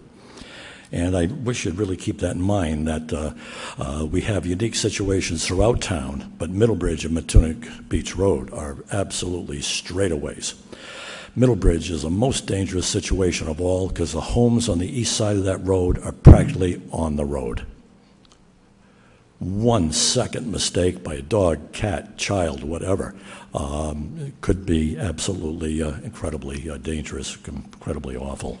So you got to remember that. All you need to do is drive down Middlebridge Road and look at the east side, how close the homes are. But you drive down Saugatucket off of Route 1 or Matunic Beach Road off of Route 1, at least you have some farms, you've got some space, you've got room. Middlebridge doesn't have that, if you will, opportunity. They're all tightly packed on the east side there. I don't have the answers to all this. The overhead orange lights, stop signs, photo ticketing. Believe me, I don't have the answers. I don't know if the police department has enough manpower. Do you put in fake crosswalks to fool people? Maybe we ought to try to outsmart the speeders. I just don't know. And I don't understand why DOT is involved with this. As far as I know, Matunic Beach Road and Middlebridge Road I thought they were town roads. It'd be nice if DOT has somewhere in their budget to support town efforts. But basically, it seems to me it falls on our shoulders. And again, on Matunic Beach Road, until you head south past Carpenter's, then you finally meet some home sites. But again, that's a destination, Matunic Beach Road. At least you have to turn around at the bars, at the beach, there by the sea, at Matunic School. But Middlebridge, you can never be seen again if you're speeding. You have so many ways in and out or through that particular village. I think it's important that this study get done and get done fast. And I think the residents have a very real concern, and I hope that doesn't turn into a tragedy very soon. Thank you.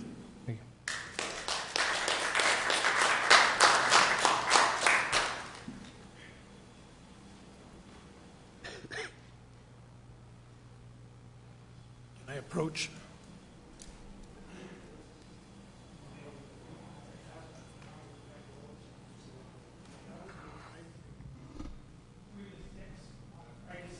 Sunday, when the traffic is at its worst, I won't have cookies, but I will have some refreshments.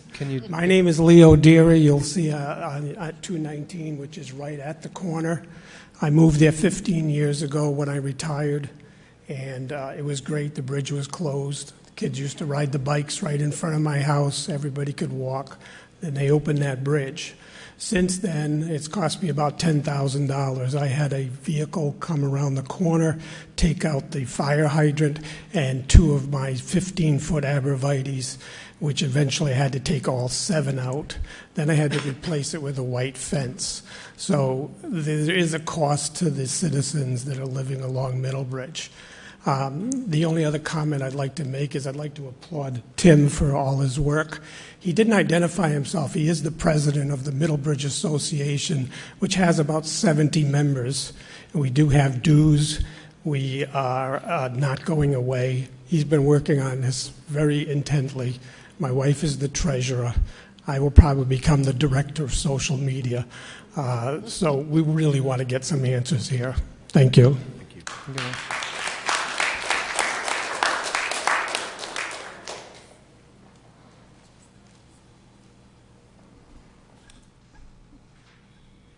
Good evening. My name is Jim Matucci. I live on Middlebridge Road. I've been here since Hurricane Carol blew us out of East Matunic in '54. And needless to say, a lot has changed. I also would like to thank Tim for at least getting us this far. I don't attend many council meetings. I think you guys do a great job down here. The issue we have with Middlebridge Road is different. It is unique. I don't compare it to any other road because of the amount of people, again, that are on the road, because of the area. The worst thing that ever happened in Middlebridge was when they rebuilt Middlebridge. It was a beautiful dead-end street for 2 years. And that's not going to go away. We have to live with it now. Honestly, if I thought that I had a solution, I would. I was a big speed bump fan, but that kind of got poo-pooed tonight, so I guess that's not on the list. I would say this. I don't understand why we couldn't put in a few stop signs. Now, I guess maybe it has to do with public safety or whatever. But if there were a stop sign at Torrey Road, if there were a stop sign down near the park where the kids cross, if there was a stop sign at one of the Riverside Drive entrances, at least it would stop people so they wouldn't get up to 60 miles an hour before they got to the next one. I'm sure that there are studies done, and you guys know an awful lot more about that than I do. I will say this. I think we've got a real good police force. I think they're as good as any town, probably understaffed, and they got a big turf to cover. Middlebridge Road is at the end of South Kingston. I often wonder whether we'd be better off if we were part of Narragansett, because Narragansett pays more attention to Narrow River than South Kingston. And I'm not blaming anybody. You got a big turf to cover. You have a lot of area, Matunic, the whole crew. So my hat is off to the chief. I don't know what else he could do. If you had a police officer down there all day, it wouldn't be enough. Okay. We need to do something more as far as Middlebridge Road goes. We've already created the monster. We have, I've never seen so many, I don't think there are that many people on Middlebridge Road that own Jaguars, Mercedes, BMWs. That's part of the crossover. It's a quick way of getting up to Route 1. And the weekends, again, that's a different creature altogether. But I did want to just stand up and say that, as a town council, I've never come to the meetings because I really haven't had that many complaints. I've been here a long time, and I think you guys do a good job. I think our police department is fine. I don't buy the stuff. I don't buy painting 25 miles an hour on the road or repainting the lines or even putting up a prettier guardrail. That's got nothing to do with speeding on Middlebridge Road. And all of the stuff that I hear, although any of those things, I guess, are better than nothing. To me, they just don't. That's not going to stop some kid from getting killed on Middlebridge Road. It's not going to stop, again. We've just been so lucky that we haven't lost more lives on Middlebridge Road. We can't put in sidewalks. All of that stuff. It was a dirt road, if I'm not mistaken, when I first moved to Middlebridge.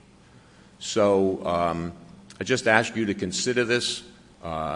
I believe it is a unique road. Again, Broad Rock and Tuckertown, they all have their issues. But Middlebridge Road is a crazy place to live. It really, really is insane. And I believe that a few stop signs would at least slow people down before they, I mean, it's insane. Anyway, thank you so much. I appreciate it. Thank you. Thank you.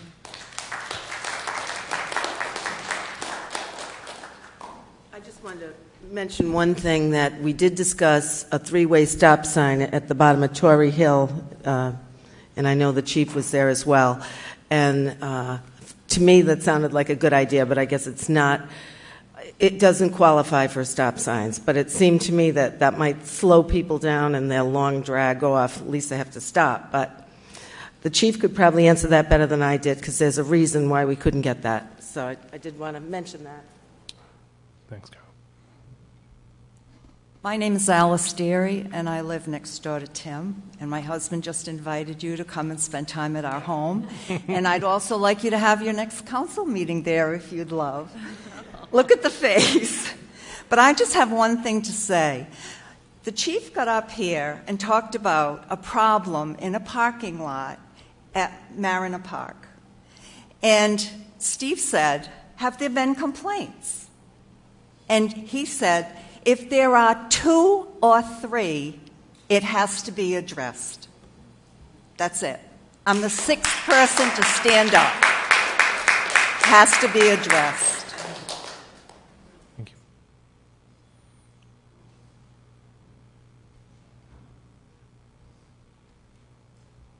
Hello, I'm Dave Titus. This is Hallie in Siena. Hallie especially wants to say something. I can't go to the park because I'm too scared, and I really want sidewalks.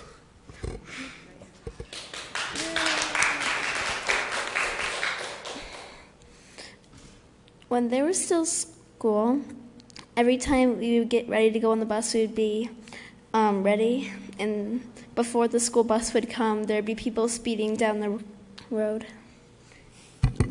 Thanks. Thank you. Thank you.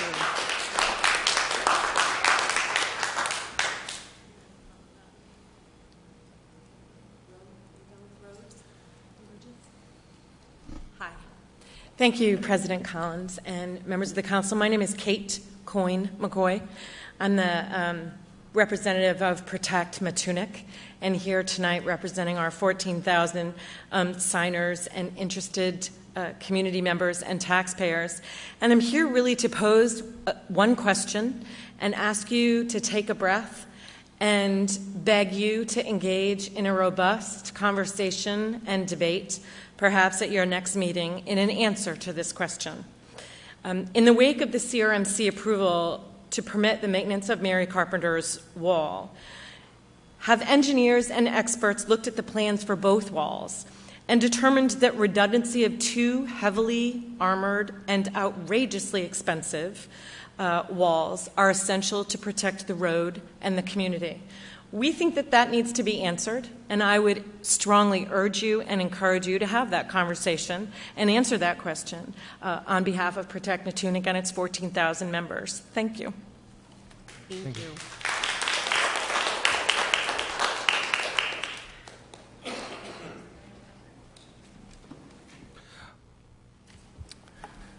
Jim O'Neill, Matunuck. Just a different issue, Mr. President and council members. Congratulations to Mike D'Ambra, D'Ambra Construction Company. Matunuck Beach Road, the last 2.5 weeks, has been under reconstruction, if that's the right word. They have worked very hard, brought in extra equipment, and kudos to them. But in the meantime, a number of businesses have lost a lot of hours of business, from Seaview Market, Surf Shop, Laundry, all the way down to Tara's, Ocean Mist. And I would like this council to maybe offer a suggestion that would help some of them, that this July 4th weekend, that it would be ticket-free in Matunuck. So maybe some of those businesses, and the bars would probably be the greater the beneficiaries, but I think that'd be a great idea for to help business down there. I'm not sure what we can do with Seaview. Maybe for the summer party for the town, we could start doing some business there. There certainly opportunities. I know we're not doing our own laundry, but maybe we could use a laundry shop down there too. And while I'm at it, I think what they call Victory in the Pacific Day, VJ Day, and Labor Day, I think we ought to consider throughout town, unless there's an emergency exit block or some combination like that, that we give out warning tickets and not tickets so we can try to thrive if the weather holds. Thank you very much. Thanks, Jim.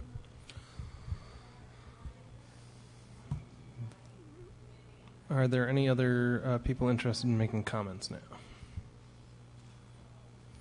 Any comments from council members? Well, I had a question about Kate McCoy, who came up and spoke. Was that a formal request to put something on the agenda? Sure. Yes. Dale, would she need to communicate that in writing to you, or is that something that... I don't mean to put you on the spot.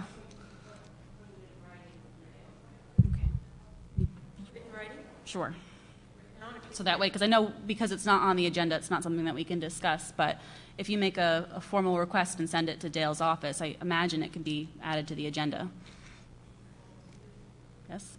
Yeah, I have a question. I have no problem, because I would absolutely welcome the opportunity to talk about this, because it's just such a big issue with everybody, and I live down in that area, so, but hasn't it already been approved? I don't...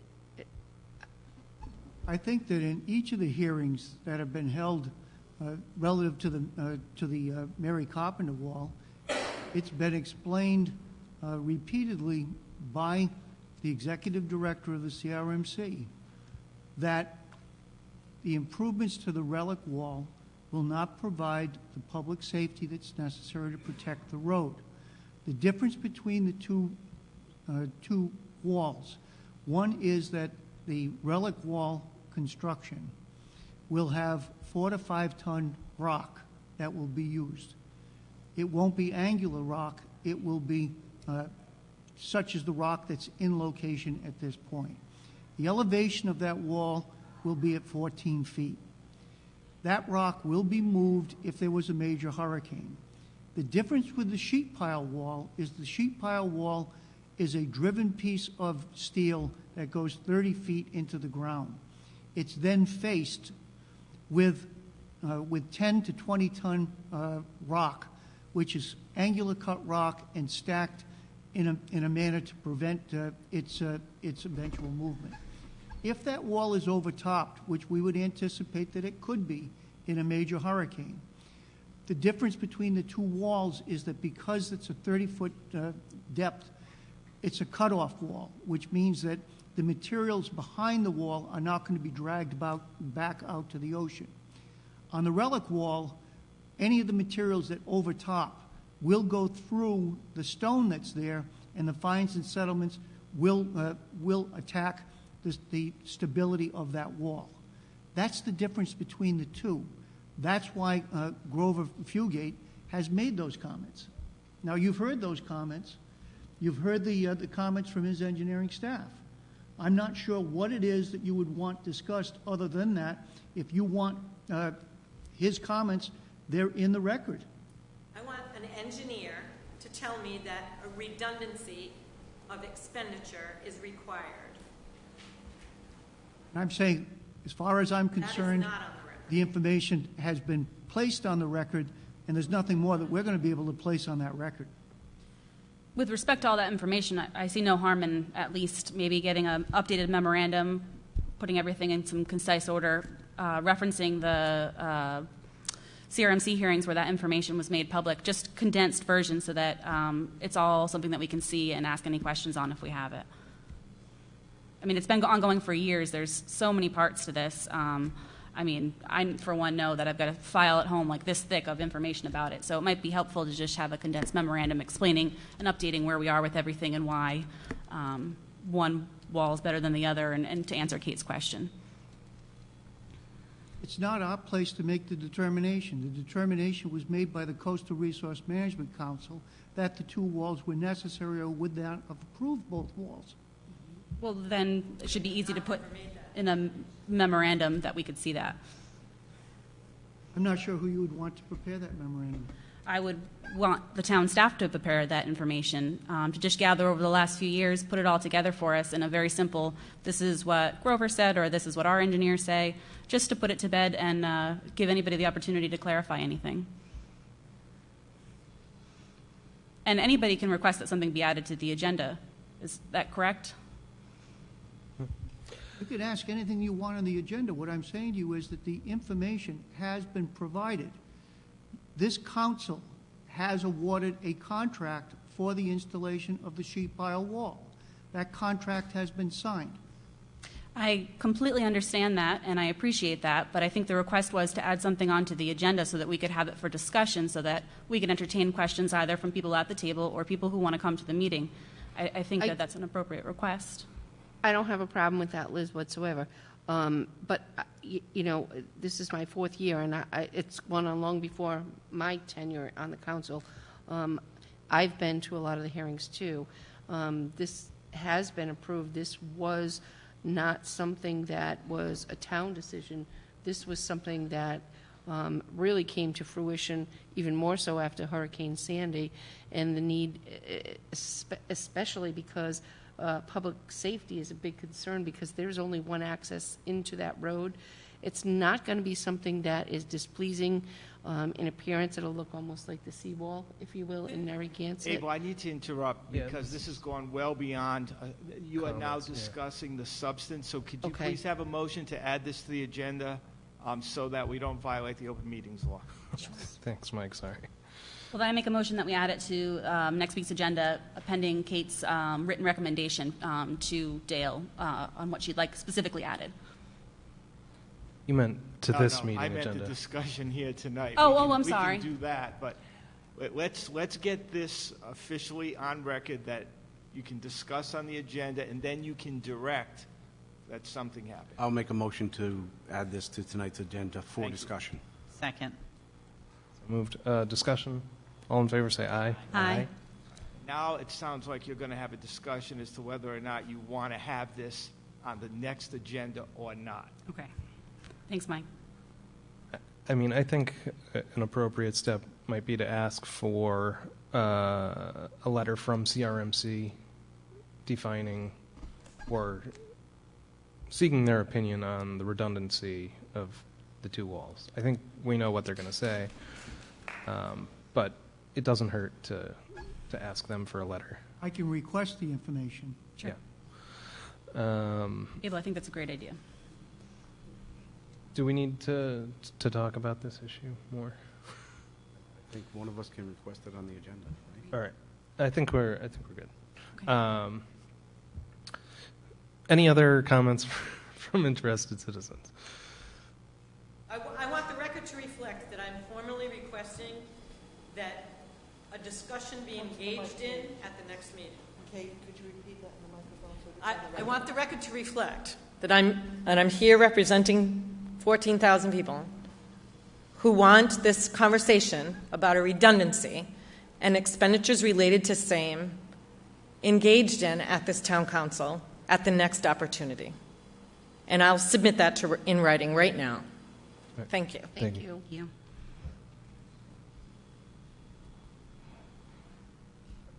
Okay. Seeing no other. Oh yeah. So there were any other comments from council members? Just that I hope to see everyone at the 4th of July at Old Mountain Fields for the fireworks. It's my very favorite holiday, and Terry Murphy does an incredible job putting that together. So I hope everybody makes the time to come down. Yes, for the 4th of July fireworks, it starts at 5:30, believe it or not. There's a great band coming. Take it to the bridge. If you've never seen them, please do come down and check them out. So the events start at 5:30, and the fireworks will begin at 9 o'clock. So we'll see you on the 4th. Excellent. Any other comments from the council members? I believe we're all invited to go to the retirement party of Karen Ryan from the Senior Center. Yep. So we want to thank her for her great service. And I think with that, Steve, anything for the manager's report? No, I've gone over each of the items with you in the pre-session, so unless there's questions. All right, thanks, Mike. And that brings us to appointments. Are there any reappointments that need to be made? I'll make a resolution to reappoint Kenneth Burke and Cheryl Hartnett to the Affordable Housing Committee for terms to expire in August of 2019. Second. So moved. All in favor, say aye. Aye. And that motion carries unanimously. And I'll make another resolution to reappoint Dorian Boardman, Jennifer James, and Christopher O'Connor to the Conservation Commission for terms to expire September 2019. Second. So moved. Any discussion? All in favor, say aye. Aye. And that motion carries unanimously. Item 13D is a resolution proposed by Councilwoman Gledhill relative to adoption of a policy requiring financial statements from nonprofit organizations applying to the Town Council for funding during the budgetary process. It's been continued from our last meeting. Reads here that the policy should include a requirement for presentation of a mission statement, a description of their activities, and how the fund would be utilized, as well as their audited financial statements, and in the absence of audited statements, current financial statement. And I don't think it was made available on the agenda, but we did have a draft of a proposed application that we've all seen. So, what do we want to do with that now? Well, we discussed it in the work session, and I felt that the application that we have up to question 4 on page 4, which excluded from part 6 on, was sufficient with a few amendments. We had discussed, some people felt that the 990s were sufficient. I did not. I feel that this application is thorough and it holds everybody to the same standard, whether they're humanitarian or not, in making their requests for information. I think it should compel them to show up during the budget season to make those requests so that we can answer any follow-up questions or ask any follow-up questions that we might have. But I just think it's thorough, it's simple, and if an organization can't fill out a 4-page application requesting funds, I mean, I don't think that that's a burden to them. And I want to clarify that it also doesn't compel them to get an audited financial. It merely asks if they have one to provide it, otherwise to provide financial statements, whether it be QuickBooks, a treasurer's report, whatever they have on hand to demonstrate to us how they spend their money, where it gets spent. I think that it's prudent. I don't think it's a burden to ask anybody for this information, and I would really like to see that go through. I looked at the page that Amy included for us with all the information of the organizations that we give money to and who fills out an application versus who just writes a letter. And there's about $180,000 that we gave to these organizations in the last budget, and $55,000 was simply requested in a letter. I think that I just don't think that's adequate information. I think that this application with their 990s and financial information is sufficient. Well, I think that the form is certainly we should have a required form that people attach with their letter. I just have a problem with there's a lot of redundancy in this form. Nearly everything that we're asking on the form is available in the 990s, and we're asking them to provide the 990s. There's a little bit of extra work. It's not a tremendous amount, so I mean I'm not going to die on this hill, but frankly, the letter for the request in the 990 and requiring that they're here during the budget hearing, in my opinion, I think is enough.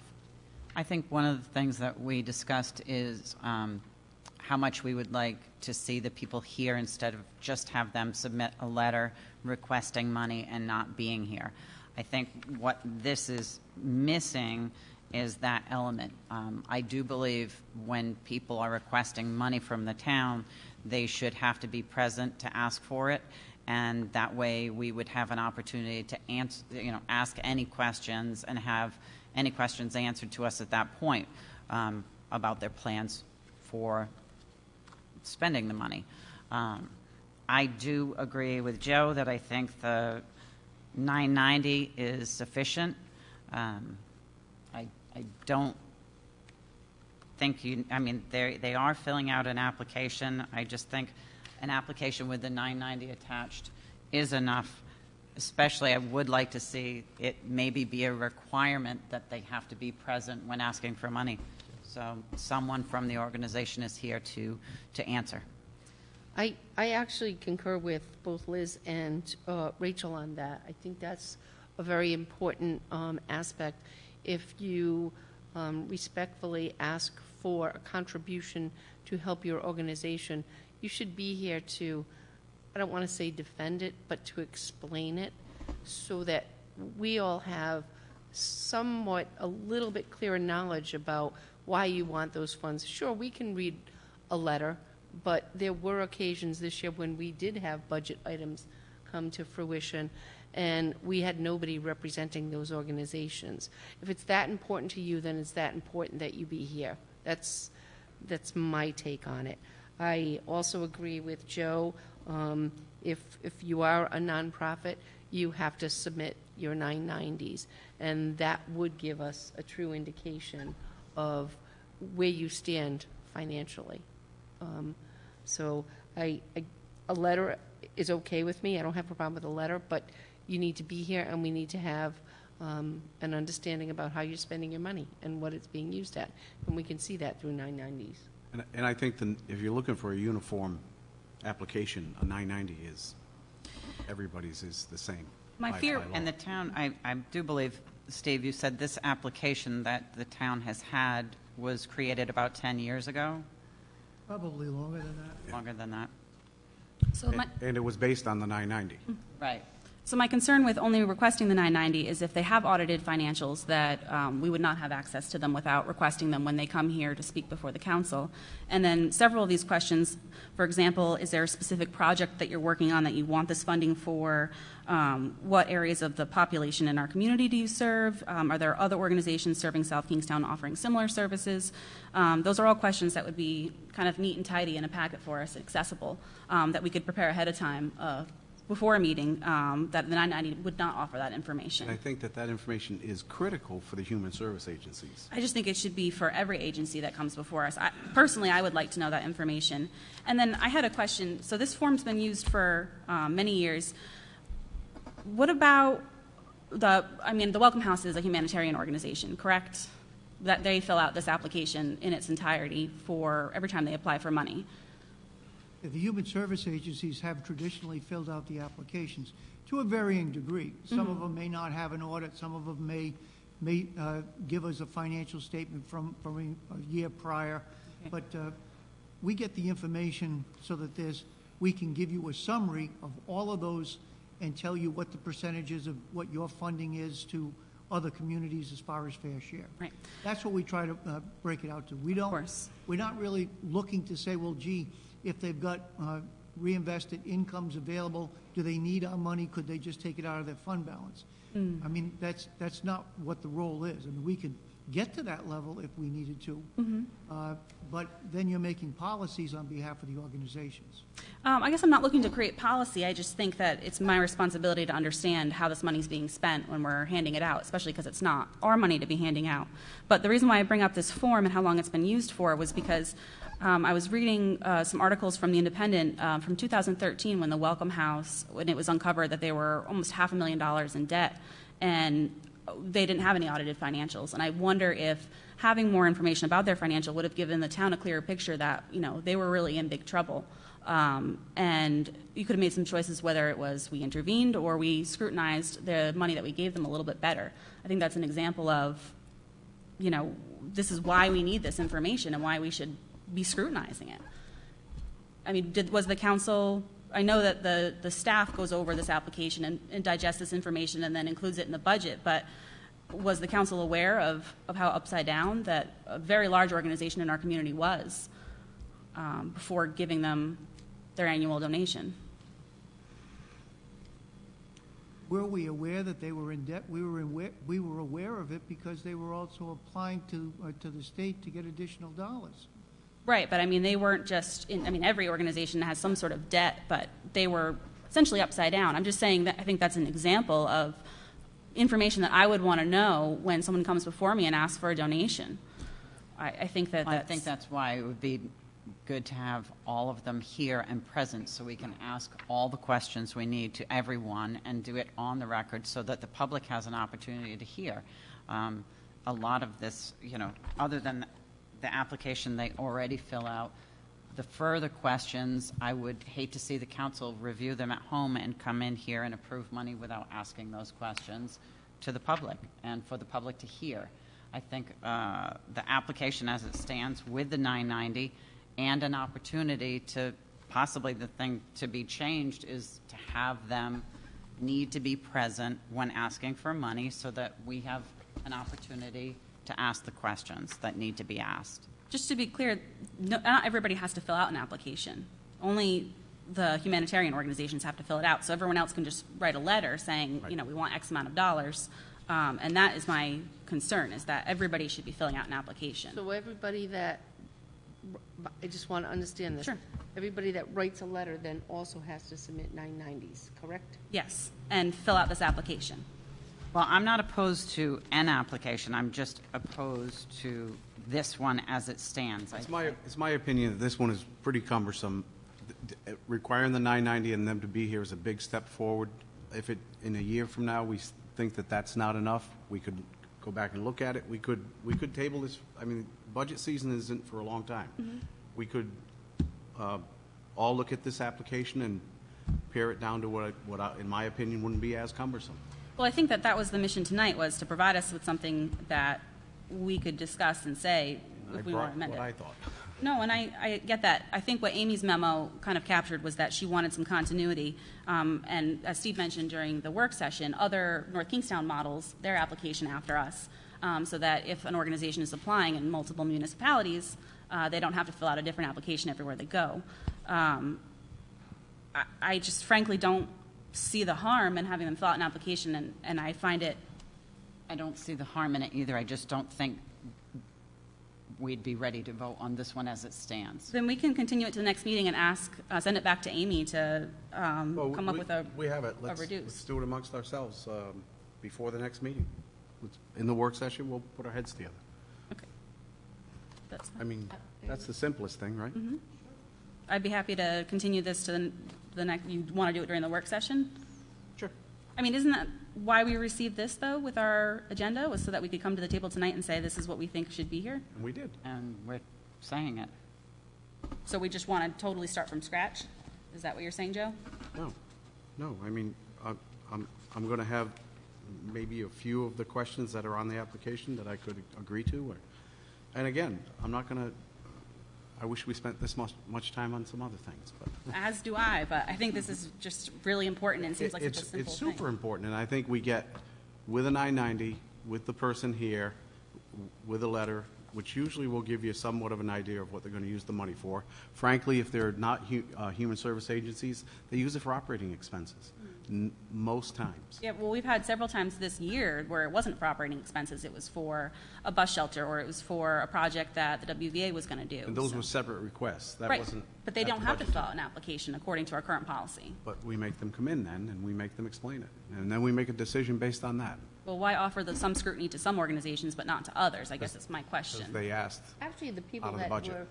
that were given money or even asking for money from the town in addition to grant money, the majority of them did come in to Oh, talk yeah. to us. Well, And I that was think- great, but I'm just I saying there's think- no standard, so we can't compel them to do any The of that. standard would be the 990 and that they have to come in. So, Liz, the last time the Wakefield Village Association requested money, it was you that spoke on their behalf. Mhm. So, Well, no, I wasn't. That was for when they were here for their permit for the Downtown River Festival. okay. I wouldn't request money on their behalf. I just don't want to see this continue to the next meeting and have the same discussion, because it sounds like you're going to say that we shouldn't have the application, and I guess I don't see the significance in So I went through the application that was presented to us, and I checked off everything that's already in the 990, Mhm. and I came up with what other organizations serving South Kingston offer similar services, and please describe what is different or unique about your organization. I think up till question 4, right? Isn't that what we're talking about? Question 4 on part 6, up to part 6. Up to part 6. So nothing on part 6 and on. Oh, okay. I went up to part 4, I thought you said earlier. No, page 4, up to question 4. So it does seem like there's still... Well, you know what I think? This is my own opinion because this is just me. We're here to try to make the path easier for people, not make it more difficult. Sometimes when I'm out in the community and speaking to either businesses or sometimes nonprofits, the impression is we make it too difficult. Is there accountability? Absolutely. And we're giving away money that doesn't belong to us, or we're giving organizations the opportunity to gain money that comes from the town and the taxpayers. The way I look at it is we need to protect everybody's interest. That's what we're here, and that's what we're tasked to do.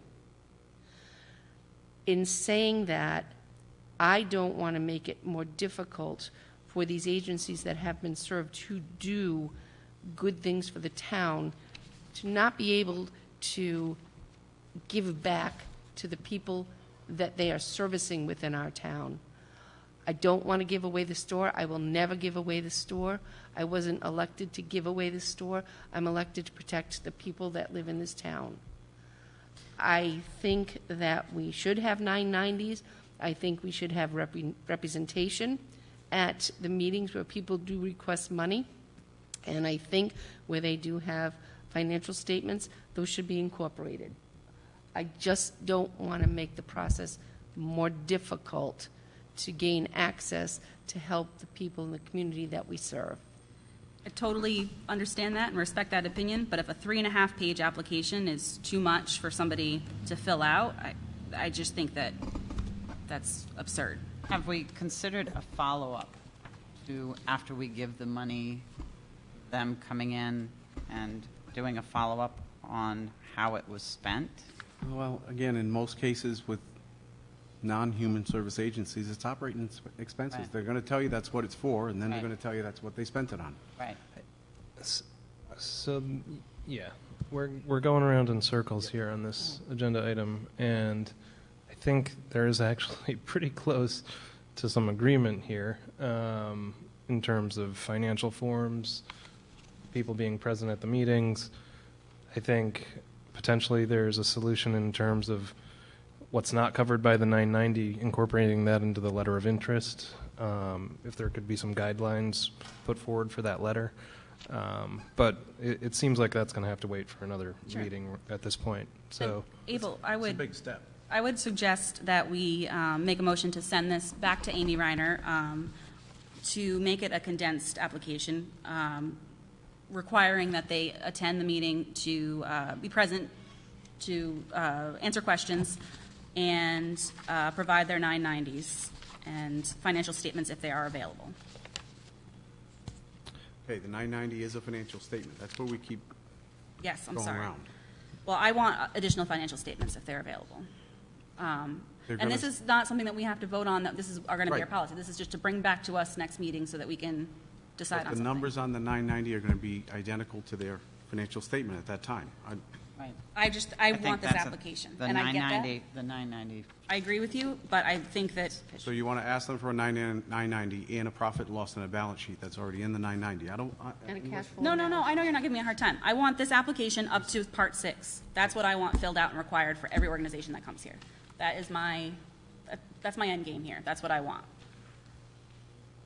I think the 990 is sufficient, though. So I think Liz made a motion. Did I hear that? Yes, I would try to make a motion to send this back to Amy. But, I mean, if that's not what's going to go, then somebody can make a motion for something else if they want. I rescind my motion. Before we do that, do I hear a second for Liz's motion? I'll second to discuss. I don't know what we're sending it back to Amy for. She has to figure out what we want. Well, that sounded like you said you wanted to see something else at the next meeting as opposed to continuing this discussion. Well, I'd like to see the 990, the letter of request, and that they have to attend the budget hearing. Well, just based on that, I would not support that because I think I would like them to fill out an application. So if you'd rather I rescinded my motion so you could make a motion for that, I would do that if that's the resolution that we're looking for. I'm in agreement with that, because don't they have to submit the letter anyway? Right. They do have to, anybody has to write a letter if they want money. I just think they should also fill out an application. You know what? Let's go home. Make a motion. There's a second. So the motion. I like to. No. This is the motion to send the issue back to Amy for further refinement, I think is what it would be called. I'll second it. Let's go home. All right. All in favor, say aye. Aye. Aye. Aye. And Nay. listen, it's We good. can- It's good discussion. I mean, like I said, it's not a hill to die on. I just think you're making people jump through hoops, and I get. We can certainly look at it, but and talk about it next week. I do think they need to be here. I think the 990s are sufficient. I think Amy probably has enough to go on at this point. Sorry. There is one comment I wanted to make. Sure. We gave you the list on all the organizations. There's 3 organizations here that really aren't organizations. Fire companies is the donation that goes to each of the fire companies. I'm not sure that you're going to want the Union Fire District and the Kingston Fire District to issue 990s or anything else. The South Kingstown Partnership for Prevention is really under the municipal control. So we're providing a donation to an organization that has a committee, but it's not one that's going to have a 990 Right. or have other than a budget, which is a federal budget.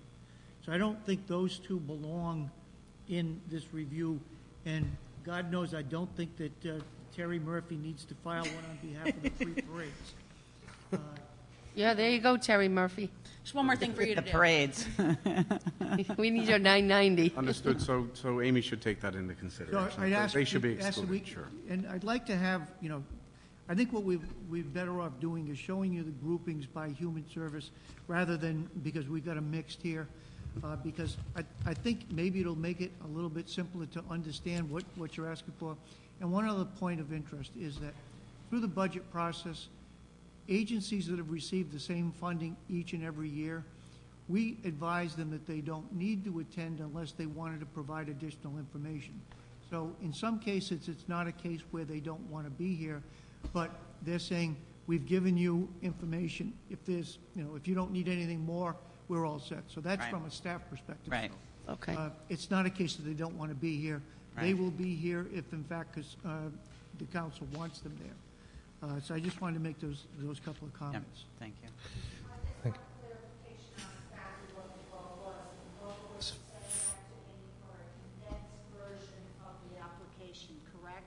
Yeah. Liz, you voted no? No, I voted yes. Yeah, Meg voted no. I voted Meg- no. Meg voted no. It's no problem. All right, thank you all for your input. That brings us to, where are we?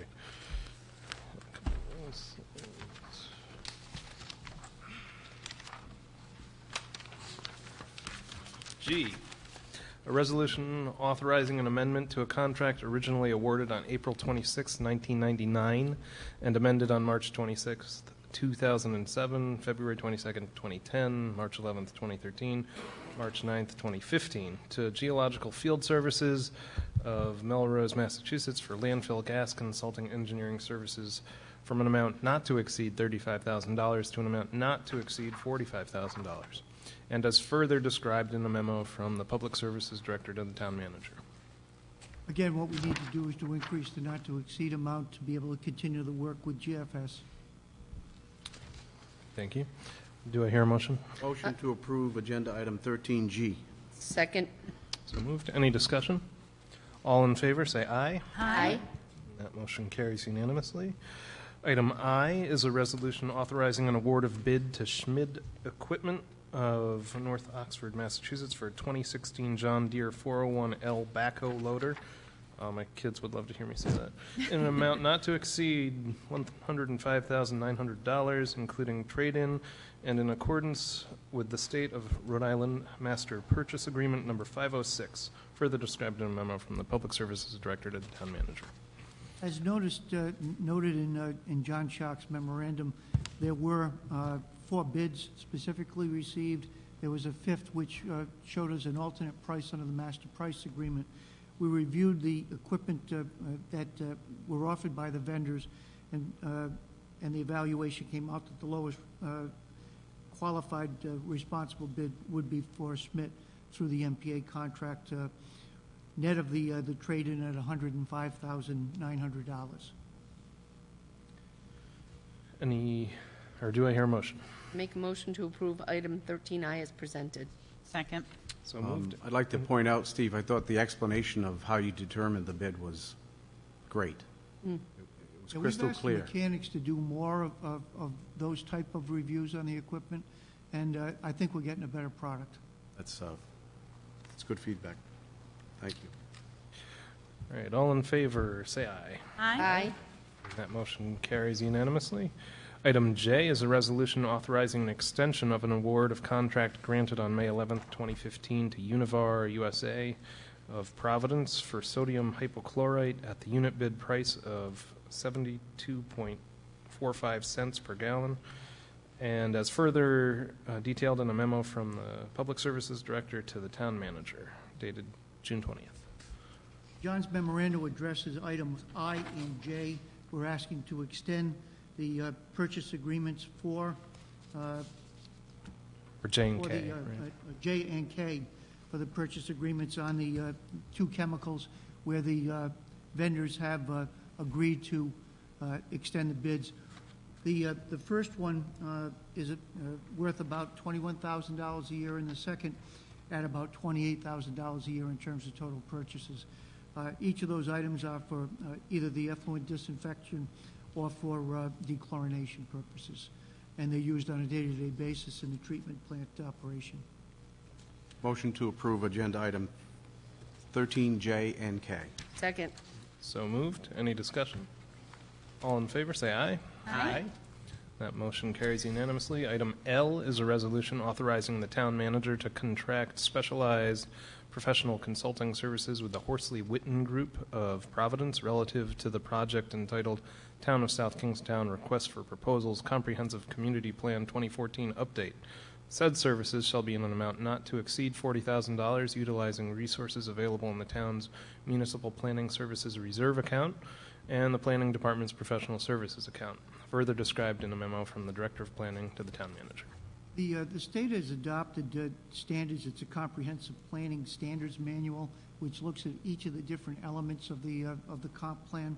Our comp plan was last adopted by the state in April of 2014. We're now looking at the need for the 10-year plan for adoption for redevelopment on a couple of the elements, as well as the development of a new element within the comp plan that'll deal with energy. So what we're looking at is to provide for a facilitator or a consultant to work with the planning board to be able to address the revisions on the existing comp plan as well as the addition of new elements. There were two proposals that were submitted on the resubmit from Horsley Witten and from Cameron Associates. Horsley Witten, who we've worked with in the past, was the lowest qualified bidder. There is sufficient funds available for this project for the authorization of the contract if the council so wishes. Thanks, Steve. Do I hear a motion? Make a motion to approve item 13L as presented. Second. So moved. Any further discussion? All in favor, say aye. Aye. Motion carries unanimously. Item N is a resolution authorizing an amendment to an award of bid originally granted April 13th, 2015, and amended on April 25th, 2016 to New England Asphalt Services of Connecticut to include stone sealing of Tuckertown Park's entrance roadway and parking lots from an amount not to exceed $250,000 to an amount not to exceed $277,500 for a total increase of $27,500, which includes a contingency of $980. Further described in a memo from the Leisure Services Director to the Town Manager. The council awarded a contract with, back in April, to New England Asphalt for stone sealing purposes. What we're asking you to do tonight is to amend that initial contract that was approved and add $27,500, which would provide for the addition of stone sealing for the driveways and parking lots at Tuckertown Park. Steve, Do I hear a motion? I make a motion to approve item 13N. Second. So moved. Any discussion? Great. I think I could definitely use it. All in favor, say aye. Aye. And that motion carries unanimously. Item O is a resolution authorizing an award of bid to Abcor Restoration Company of Narragansett for construction of the Emergency Medical Services South Station renovation project in accordance with all bidding specifications, an amount not to exceed $474,837, including a contingency of $15,600, further described in a memo from the EMS director to the town manager. The town has gone out to bid on this project, which really is the removal of 2 walls in the garage doors at the Public Services Building on Route 1. Of the 7 bids, the lowest qualified bidder was Abcor Restoration out of Narragansett at a bid price of $459,237. We asked for a review with the 3 lowest bidders for value engineering considerations. Those that were submitted were not acceptable to the town because they would have removed what we felt were important components of the construction, such things as ventilation systems or quality of the door structure itself. We wanted to go with the entire project as originally put together in the bidding documents itself. At the last council meeting, we asked the council to direct $35,000 from the EMS operating budget to the capital reserve to be able to complete this project based on the bid prices that came in. So this evening, we're asking you to award the contract to Abcor for the $474,837, which would include $15,600 in contingency for that construction reserve. Thank you. Do I hear a motion? I'll make a motion to approve item number 13O. Second. So moved. Any further discussion? I just had a question for Mike. I know I've asked this before, but I just want to say it on the record. My husband works per diem for the South Kingstown EMS department. It's still okay for me to vote on these items? Great. Thank you. Great. Without further ado, all in favor say aye. Aye. That motion carries unanimously. Item P is a resolution authorizing the waiver of all municipal permitting fees for we should have done this together, for the South Kingstown Emergency Medical Services South Station renovation project, further described in a memo from the EMS director to the town manager. Make a motion that we approve item number 13P. Second. So moved. All in favor say aye. Aye. That motion carries unanimously, brings us to the end of our public agenda. I'll make a motion to adjourn to close executive session pursuant to Rhode Island General Law 42465A2 to discuss matters pertaining to collective bargaining relative to the IBPO Local 489 labor contract. Second. Needs a roll call. Council President Collins. Aye. Council Vice President Healy. Aye. Councilwoman Clow. Aye. Councilwoman Gledhill. Aye. Councilman Veely. Aye. Unanimous affirmative vote to recess to close executive session at 9:45. Thank you for coming, everybody.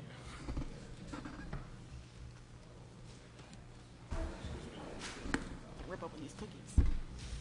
These are for Miles. Oh, really? Yeah. They will not go to waste in my house. I think so.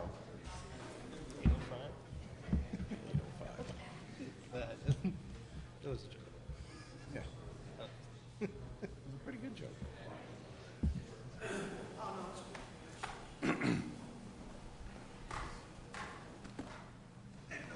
How you doing? How's it going?